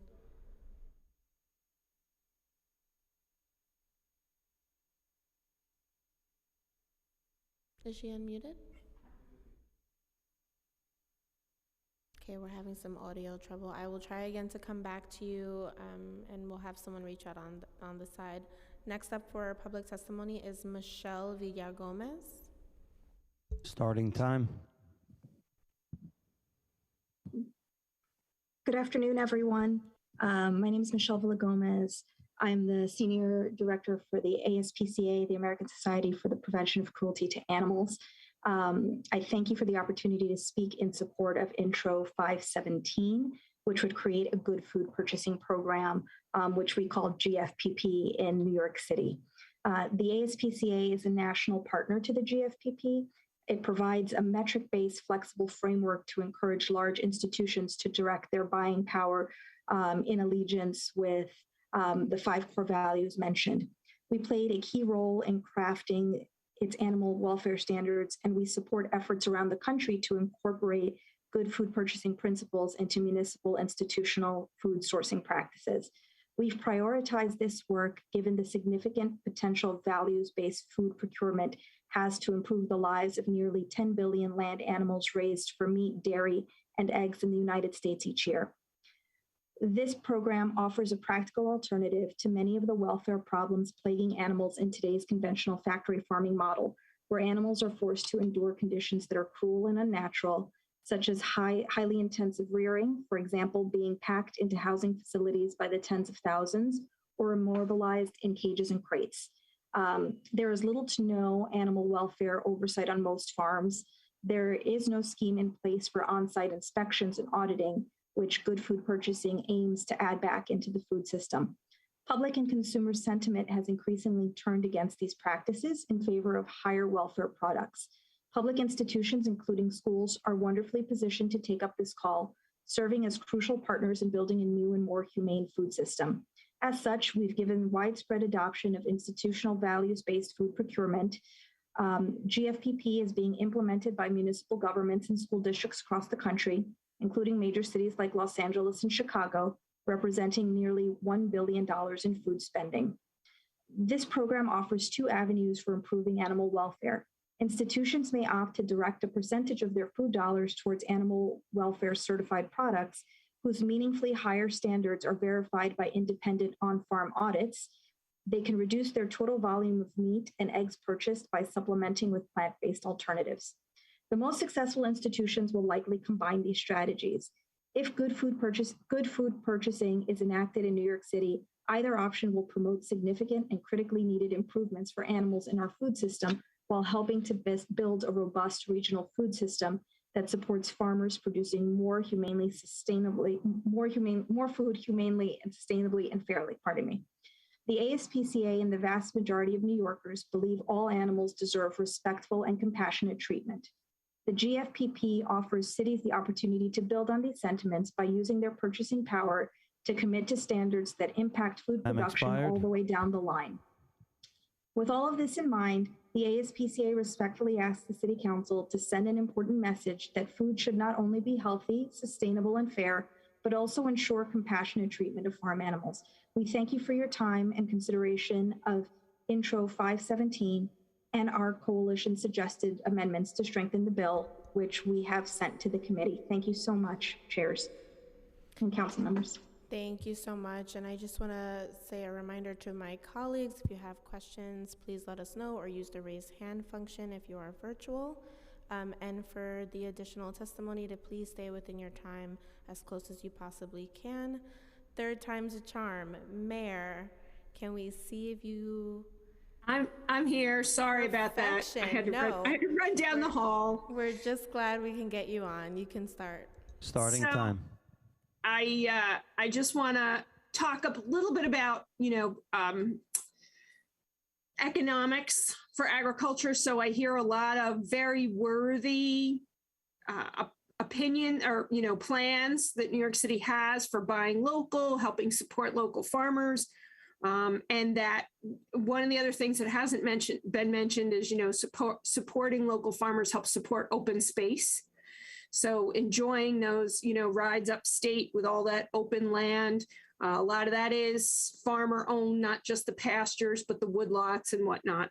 So just want to throw that in. But I think I've heard a little bit about it, but probably not enough, that if you want to have these goals of more local, more specific kinds of farms, particularly smaller farms, you want to institute more requirements, you're going to have to pay more. This all comes at a cost, and I would hope it doesn't come at the cost of the farmer. Right now, a lot of regulations are, put upon farmers, rightfully so, whether it's food safety or something else. But the food safety regulations that have come down federally in the last few years, all of those costs are borne by the farmer. There's a little bit of reimbursement programs from some areas, but it really isn't enough. Anybody who's a fairly sizable fruit or vegetable farmer has to have an employee who does nothing but keep up the paperwork for this. So that's the kind of thing that I would encourage. Is the conversation has to start with how much more money. And I think part of the problem with the 10% is that 10% really isn't enough. New York State has seen some movement with school food when we're talking more like 30%. And so I know that's a big number, especially when you apply it across all those meals. So just looking at how it's going to be funded, not just what the final goal is, because I don't think you'll get to the goal if you don't have the funds to go along with, and to really support that farmer in that local food, small farms, specialty farms. It really does all cost them more to do business because they don't have the economy of scale. It is a little more money more costly to do business in southeastern New York, even New York State in general. So I would just recommend that the council and everyone else keep dollars in mind. That's all. Mary, my question is Gail. How are you? Okay, how are you? Because of all your experience at Cornell and otherwise. That's true. I should have introduced myself. I'm Mary. I work with Cornell Cooperative Extension in Orange County, but I work on several statewide teams and have worked with Gail in the past on things. Sorry. Go ahead, Gail.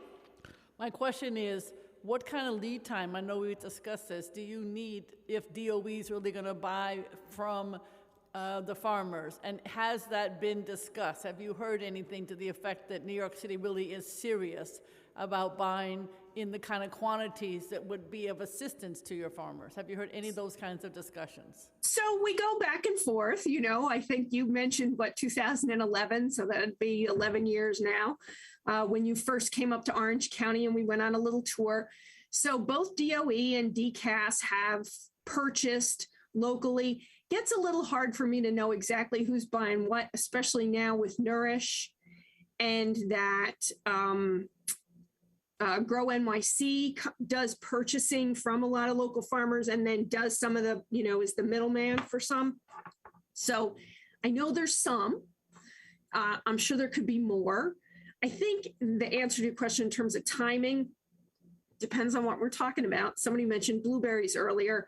You'd need to give a farmer, probably 3 or 4 years warning if you wanted blueberries in any quantity. The part of the economics I want to bring up too, as I say blueberries, because they're a hot commodity, they're a pricey crop. There are some things that maybe you never will get because they are just cost prohibitive to buy locally because there's a lot of hand labor involved in picking them. They just really are a high value retail crop here in southeastern New York, or even in most of New York State. So you probably want to figure out what, pun intended, the low hanging fruit are. And if we've done some of that, cabbage, potatoes, onions, apples, dairy products are all competitively priced. We started, but I don't think we ever really figured out how to do the dairy because we kind of got snagged on who's buying what from who and all the labels and trying to figure out exactly how to go backwards in terms of which ones are really New York State milk. It's not too hard, but it's a little more difficult than figuring out where apples came from, whose milk went into that container of sour cream that's at that child care center. I was going to say, hopefully when the city gets the more granular information from the suppliers and the vendors and the distributors, then we'll have that information. That will be helpful to all of us. Yeah, yeah. Right. Thank you so much. Yep, no problem. Thank you. Next up, we're going to hear from Stephanie A. Arthur, and after that, Ravi Reddy, and then Aracelis Lucero. Starting time.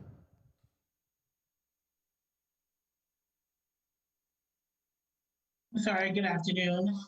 Good afternoon, Chair Wan, Chair Brewer, Chair Ferris, and members of the committees presented.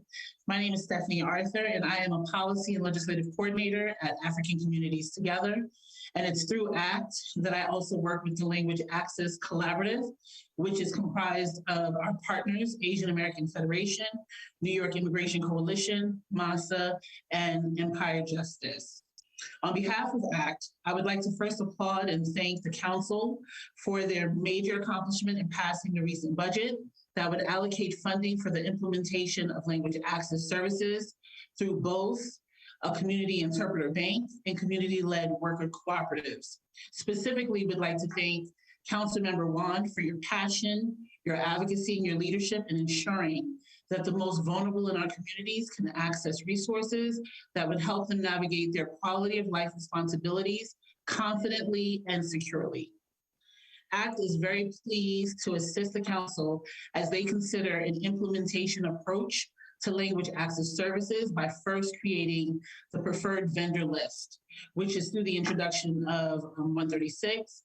And so through this list, we believe that the list needs to be accredited and properly vetted to ensure the integrity and quality of services being offered to our immigrant community. As you consider how this list will be created and structured, ACT would like to give you some insight on some of the challenges that we face with our clients with access to translation and interpretation services. And hopefully that can provide some recommendations. We'll provide some proposed recommendations that could possibly, guide you on the way forward.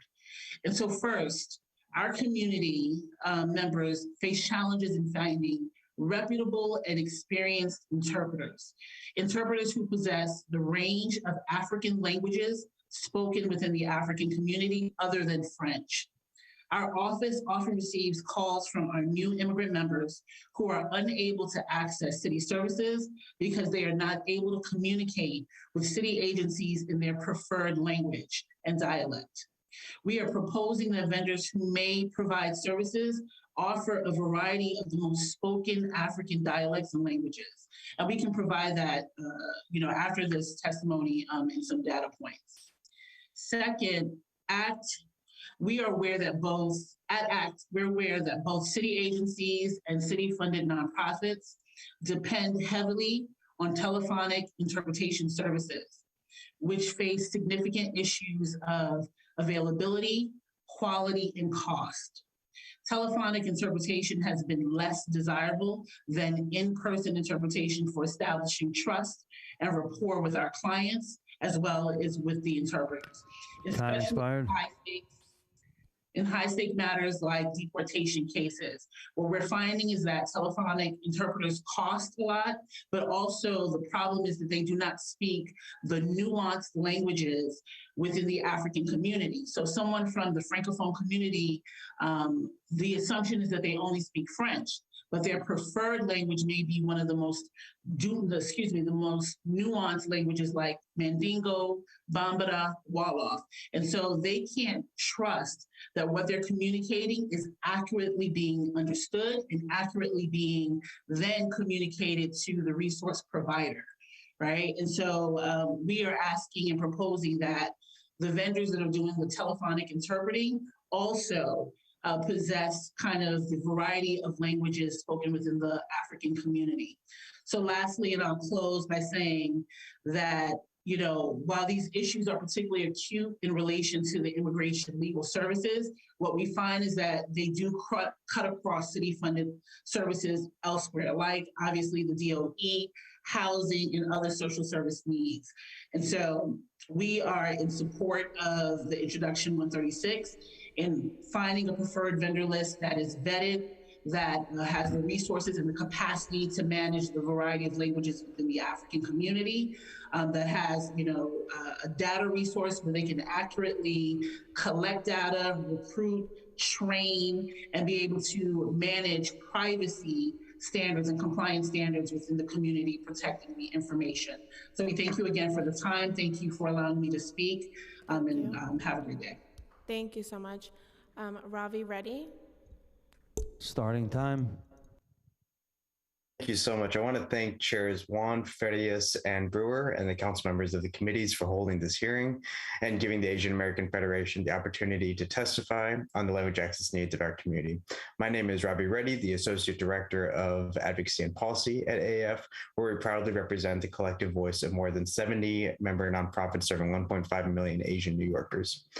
As we'll discuss today, language access is essential in the vastly diverse city of New York, and with legislation like Intro 136A, introduced by Chair Juan, more can be done to reach the LEP communities of our city and prioritize them in our city contracting processes. But first, thank you for advocating on our community's behalf for the inclusion of funding in this year's city budget for a community interpreter bank and worker-owned language co-ops for our communities.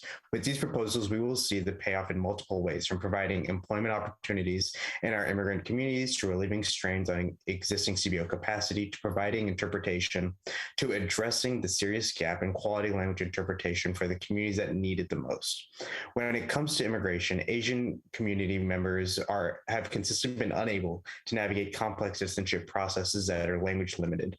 More than at any other time, immigration policies are in such a state of flux that our communities will need sustained in-language engagement to stay abreast of changing policies, processes, and documents. As we consistently know, good policies mean nothing if the people they're meant to help don't know about them.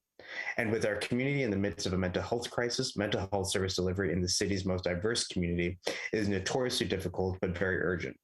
More than 20 Asian ethnic groups are represented within our city, speaking dozens of languages. Aside from the logistics of mental health service delivery in a crisis, cultural stigma around mental health adds an additional layer of service delivery complexity. The shortage of linguistically and culturally competent mental health practitioners, which is particularly serious in areas of specialty, highlights the urgency to address these gaps and ensure that our community has equal access to mental health services and all social services that cater to their unique needs, especially through city entities. And one thing is clear when it comes to assisting our small businesses in crisis. Even when a service is much needed, it is crucial to provide both outreach and one-on-one support to ensure LEP immigrant business owners can access it. Small business owners in our community have consistently been shown to have been hit earlier and harder by the COVID pandemic and the ensuing xenophobia. We are glad the latest version of Intro 136 includes interpretation within its ambit, as our community deals not just with the translation of written materials, but more often with verbal interpretation services. As Stephanie mentioned from our partner organization, African Communities Together, we would like to see efforts aimed at quality control, including accreditation efforts and a focus on existing capacity within our communities. Our community members and organizations that serve them should be the first called upon and supported to provide translation and interpretation assistance. In our work and the work of our member and partner organizations, we are consistently reminded that much of the language accessibility issues our community is grappling with relate to issues of capacity. Our communities are often the last to know about key information, and the pandemic has demonstrated that there is still much work to be done in making sure our community, many of whom are our first-line workers, benefit from the work of our city agencies. Legislation like Intro 136A and proposals like the Community Interpreter Bank and worker co-ops are steps in exactly that direction, and we look forward to working with all of you to support our community members and CBOs that so expertly serve them. Thank you. Thank you so much. Next up is Aracelis Lucero, followed by Kara Shannon, and then Craig Willingham. Just a reminder to those testifying, we do have your written testimony, so you do not have to read it word for word. Aracelis? Starting time. Hi, yes. Nice to see everybody. My name is Aracelis Lucero. I am the Executive Director of MASA, Tlazokamati. Thank you to the committee chairs, Juan, Fares, and Brewer, and to all of the City Council members here present. We would also like to extend our great gratitude to Julie Juan and to all the advocates for your leadership during the budget process, trying to get the Language Access Campaign funded. We look forward to working with everybody to make sure that it's a success. MASA is a community-based organization that works with Mexican and Latin American immigrant children, youth, and families in the South Bronx. We have a community-led integrated model that ensures the entire family, that integrates the entire family, and we are grounded in a deep commitment to strengthening literacy, leadership, and power for Mexican, Central American, and Indigenous people. A significant number of community members, especially amongst our Indigenous-speaking community, are also limited English and Spanish proficient, and they have limited digital literacy and limited literacy skills, which presents a series of challenges that make it very difficult to navigate many of New York City's public services. Translation, and especially in-person interpretation services in languages that are least commonly spoken, are direly needed. Historically, and most notably during the pandemic, we saw how ill-prepared the city was to respond to the diverse language needs of immigrant communities. Everything from 311 to public assistance portals to health agencies to the Department of Education, and the use of language lines was very limiting. Many of MASA's community members have complained about often being matched to an interpreter that doesn't really speak their Indigenous language, and most of all, that wasn't culturally sensitive to their needs and realities, often making them feel bad and discouraging them from completing processes. And most aren't even made aware of their rights to get services in their language. I have many stories and examples of why it is so critical that we do more by supporting community-based and grassroots organizations who have the unique knowledge, cultural fluency, and language ability to become true partners in this effort to ensure services are being known and utilized by the people who need it the most. But there is one story that I'll share today, hopefully I get to get through it, that really gives a clear example of why this is necessary. During the pandemic, we were able to work with a community member named Evaristo. He was 38 years, well, he is 38, probably 40 by now. And in early 2020, had recently migrated from Mexico. His primary language is Tapaneco, an indigenous language of Mexico. He does not know how to read or write, and at the time had no family here, but a cousin who was equally as terrified to be discovered by ICE. Evaristo was referred to us by a family member who knew about him and who was really concerned that he was sick and in isolation with no real support. We tried to get him services to go to Lincoln Hospital, but he was really afraid because of his immigration status. After speaking to Lincoln Hospital and getting somebody to actually meet with him and try to guide him to through the process, we explained to him that support and wouldn't be deported. The whole point of this story really is to highlight that this person was in isolation for a very long time. Had he had a community member who spoke his language, who was trusted, he would have ended up going to the hospital and getting support that he needed. Instead, he was 2 months in isolation. We would call him almost daily and deliver food, really not knowing whether he was going to make it. And so this is just a clear example of how the quality of life of immigrants and being able to have a dignified life really will make a difference with Part 136 and getting language services that are culturally competent and that people are going to trust. Thank you, and we look forward to the implementation of language access. Thank you. I'll now go to Chair Juan for our questions. Thank you to African Communities Together, Asian American Federation, and MASA for advocating for the Language Bank and Co-op. I want to ask Ravi, Stephanie, and Arceli, the last three panelists, the following questions. The first question is, how is your organization engaged with city agencies on language access issues? I can start really quickly. The most clear example that comes to mind most recently is with the Department of Education. Information was really flowing slowly. Most of the time what we saw is that English communication would be put out first, both in print and orally, and then subsequently we would see Spanish posted. It was very problematic because both a lot of services, when free testing came out, when what people needed to do for school to getting devices, people were very confused. We didn't have a place to point them to. And so during the pandemic, we really worked closely with a set of partners to address language access and to make sure that we were able to tell community members when the languages that they were speaking were available. But what we've been doing for the last 15 years, especially with the health department, with census, with the Department of Education, is really trying to figure out the people who are most vulnerable, or Indigenous speaking community who are not literate. How do we get them access to information? Most of these languages they don't know how to read and write them. So making sure that there's language access campaigns and information that are in video form, or in the proper ethnic news outlets, as I think Councilmember Julie Wan earlier had noted. And so those are some of the ways. I'll just add that with African communities together, very similarly working with the Department of Education, New York, the Department of Health, as well as ACS, finding someone within the community that could actually interpret kind of the service needs of the client, and then being able to communicate that to the provider. The challenge with that too is there's a cultural competency issue that we've noticed as well. ACT has been an advocate in making sure that there is staff represented in these agencies that can that have a familiarity with the community, but that, can do their best to communicate some of the nuanced languages.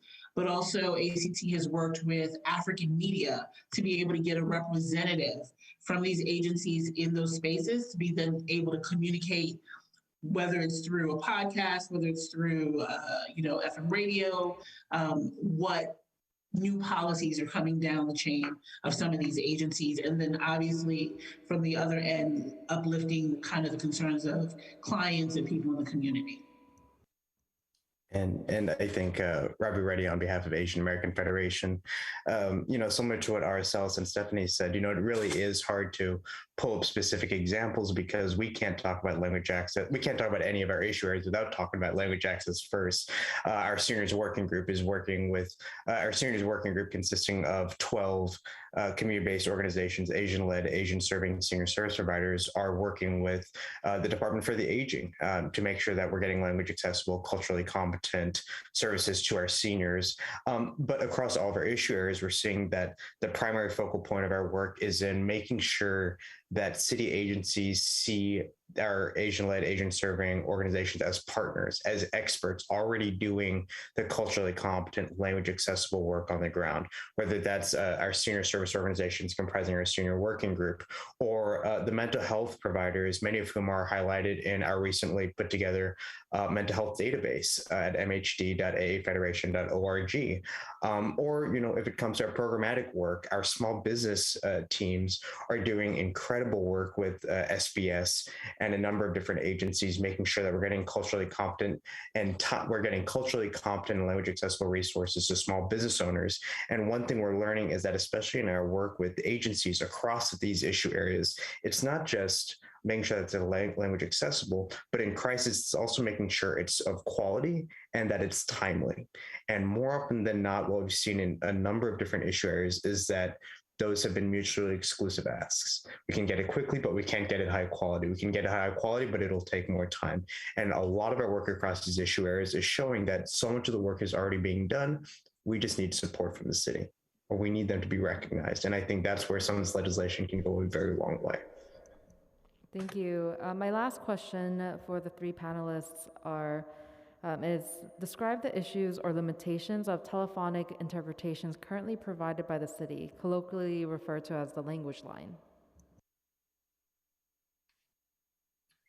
I think, Aracelis Formasa again, well, one, I don't think a lot of our community members even know that they have a right to the language line. Most of the time we get a lot of community members discouraged. We have a community member that's waiting for an appointment since November because she's been told that there isn't anybody available that speaks her language to have. And this is just Spanish. other community members that do speak an Indigenous language, a lot of the times have complained that the person on the other end it's not the same variation of the language that they speak. And so I think that there is a lack of, and it spreads. There's a lack of trust even in the language line. I think it does have a very bad reputation. And I think for sensitive issues, it really is uncomfortable to have somebody on the line that you don't trust, that you don't know, hearing about very sensitive things that they would hope to share that are part of the problem, but that they don't get an opportunity to fully disclose because they don't trust a person on the line who knows nothing about them and who they don't think is getting the message across, the urgency and the sensitivity of the issue. So those are some of the things that we've seen and have been communicated from community members. Yeah, this is Stephanie from African Communities Together. I echo Araceli's point. I think it's a real trust issue. And so when we talk about members in our community that have to deal with deportation issues, they, can't trust that the interpreter, one, is accurately understanding what they're trying to communicate, and then transferring it over to the service provider or the decision maker or whatever accurately. And so they're apprehensive about sharing information, they're unsure, and that kind of it defeats the purpose of the kind of language access that we're trying to provide to the community if they can't trust the agencies to accurately service them.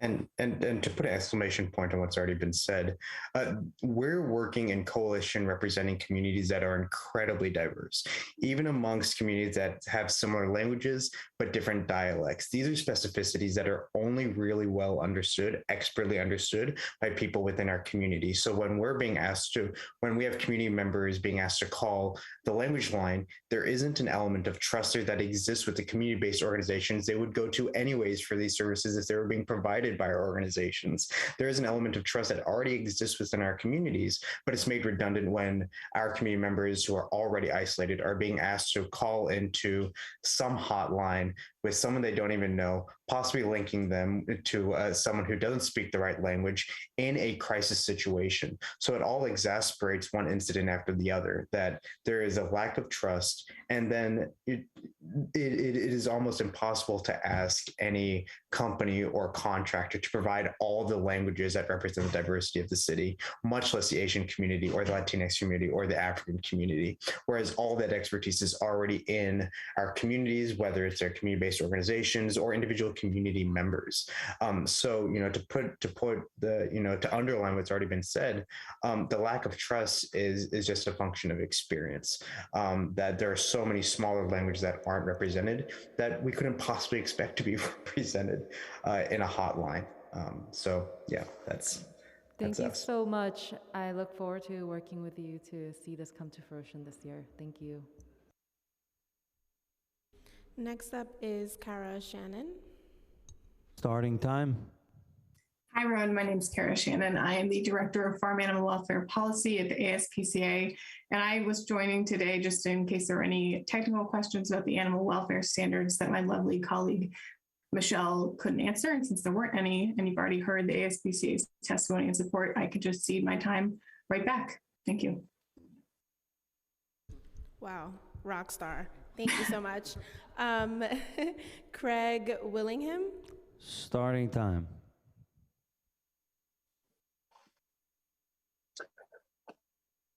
Good afternoon, Council. My name is Craig. I'm the Managing Director for Urban Policy, and I want for providing me time to.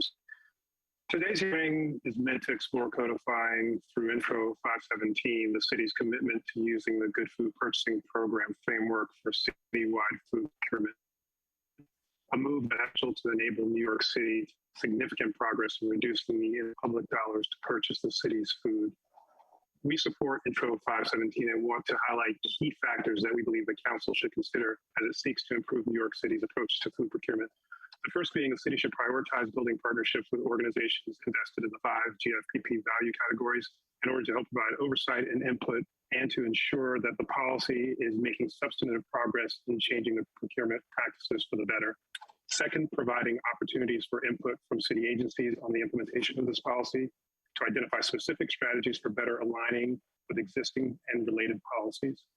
Third, ensure that prospective vendors have all the information needed to respond to GFPP requirements and provide resources to support their transition from current procurement practices towards a values-based procurement approach.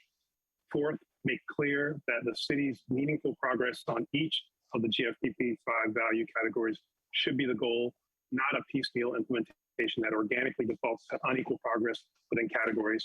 For example, success on local economies, but failure on animal welfare.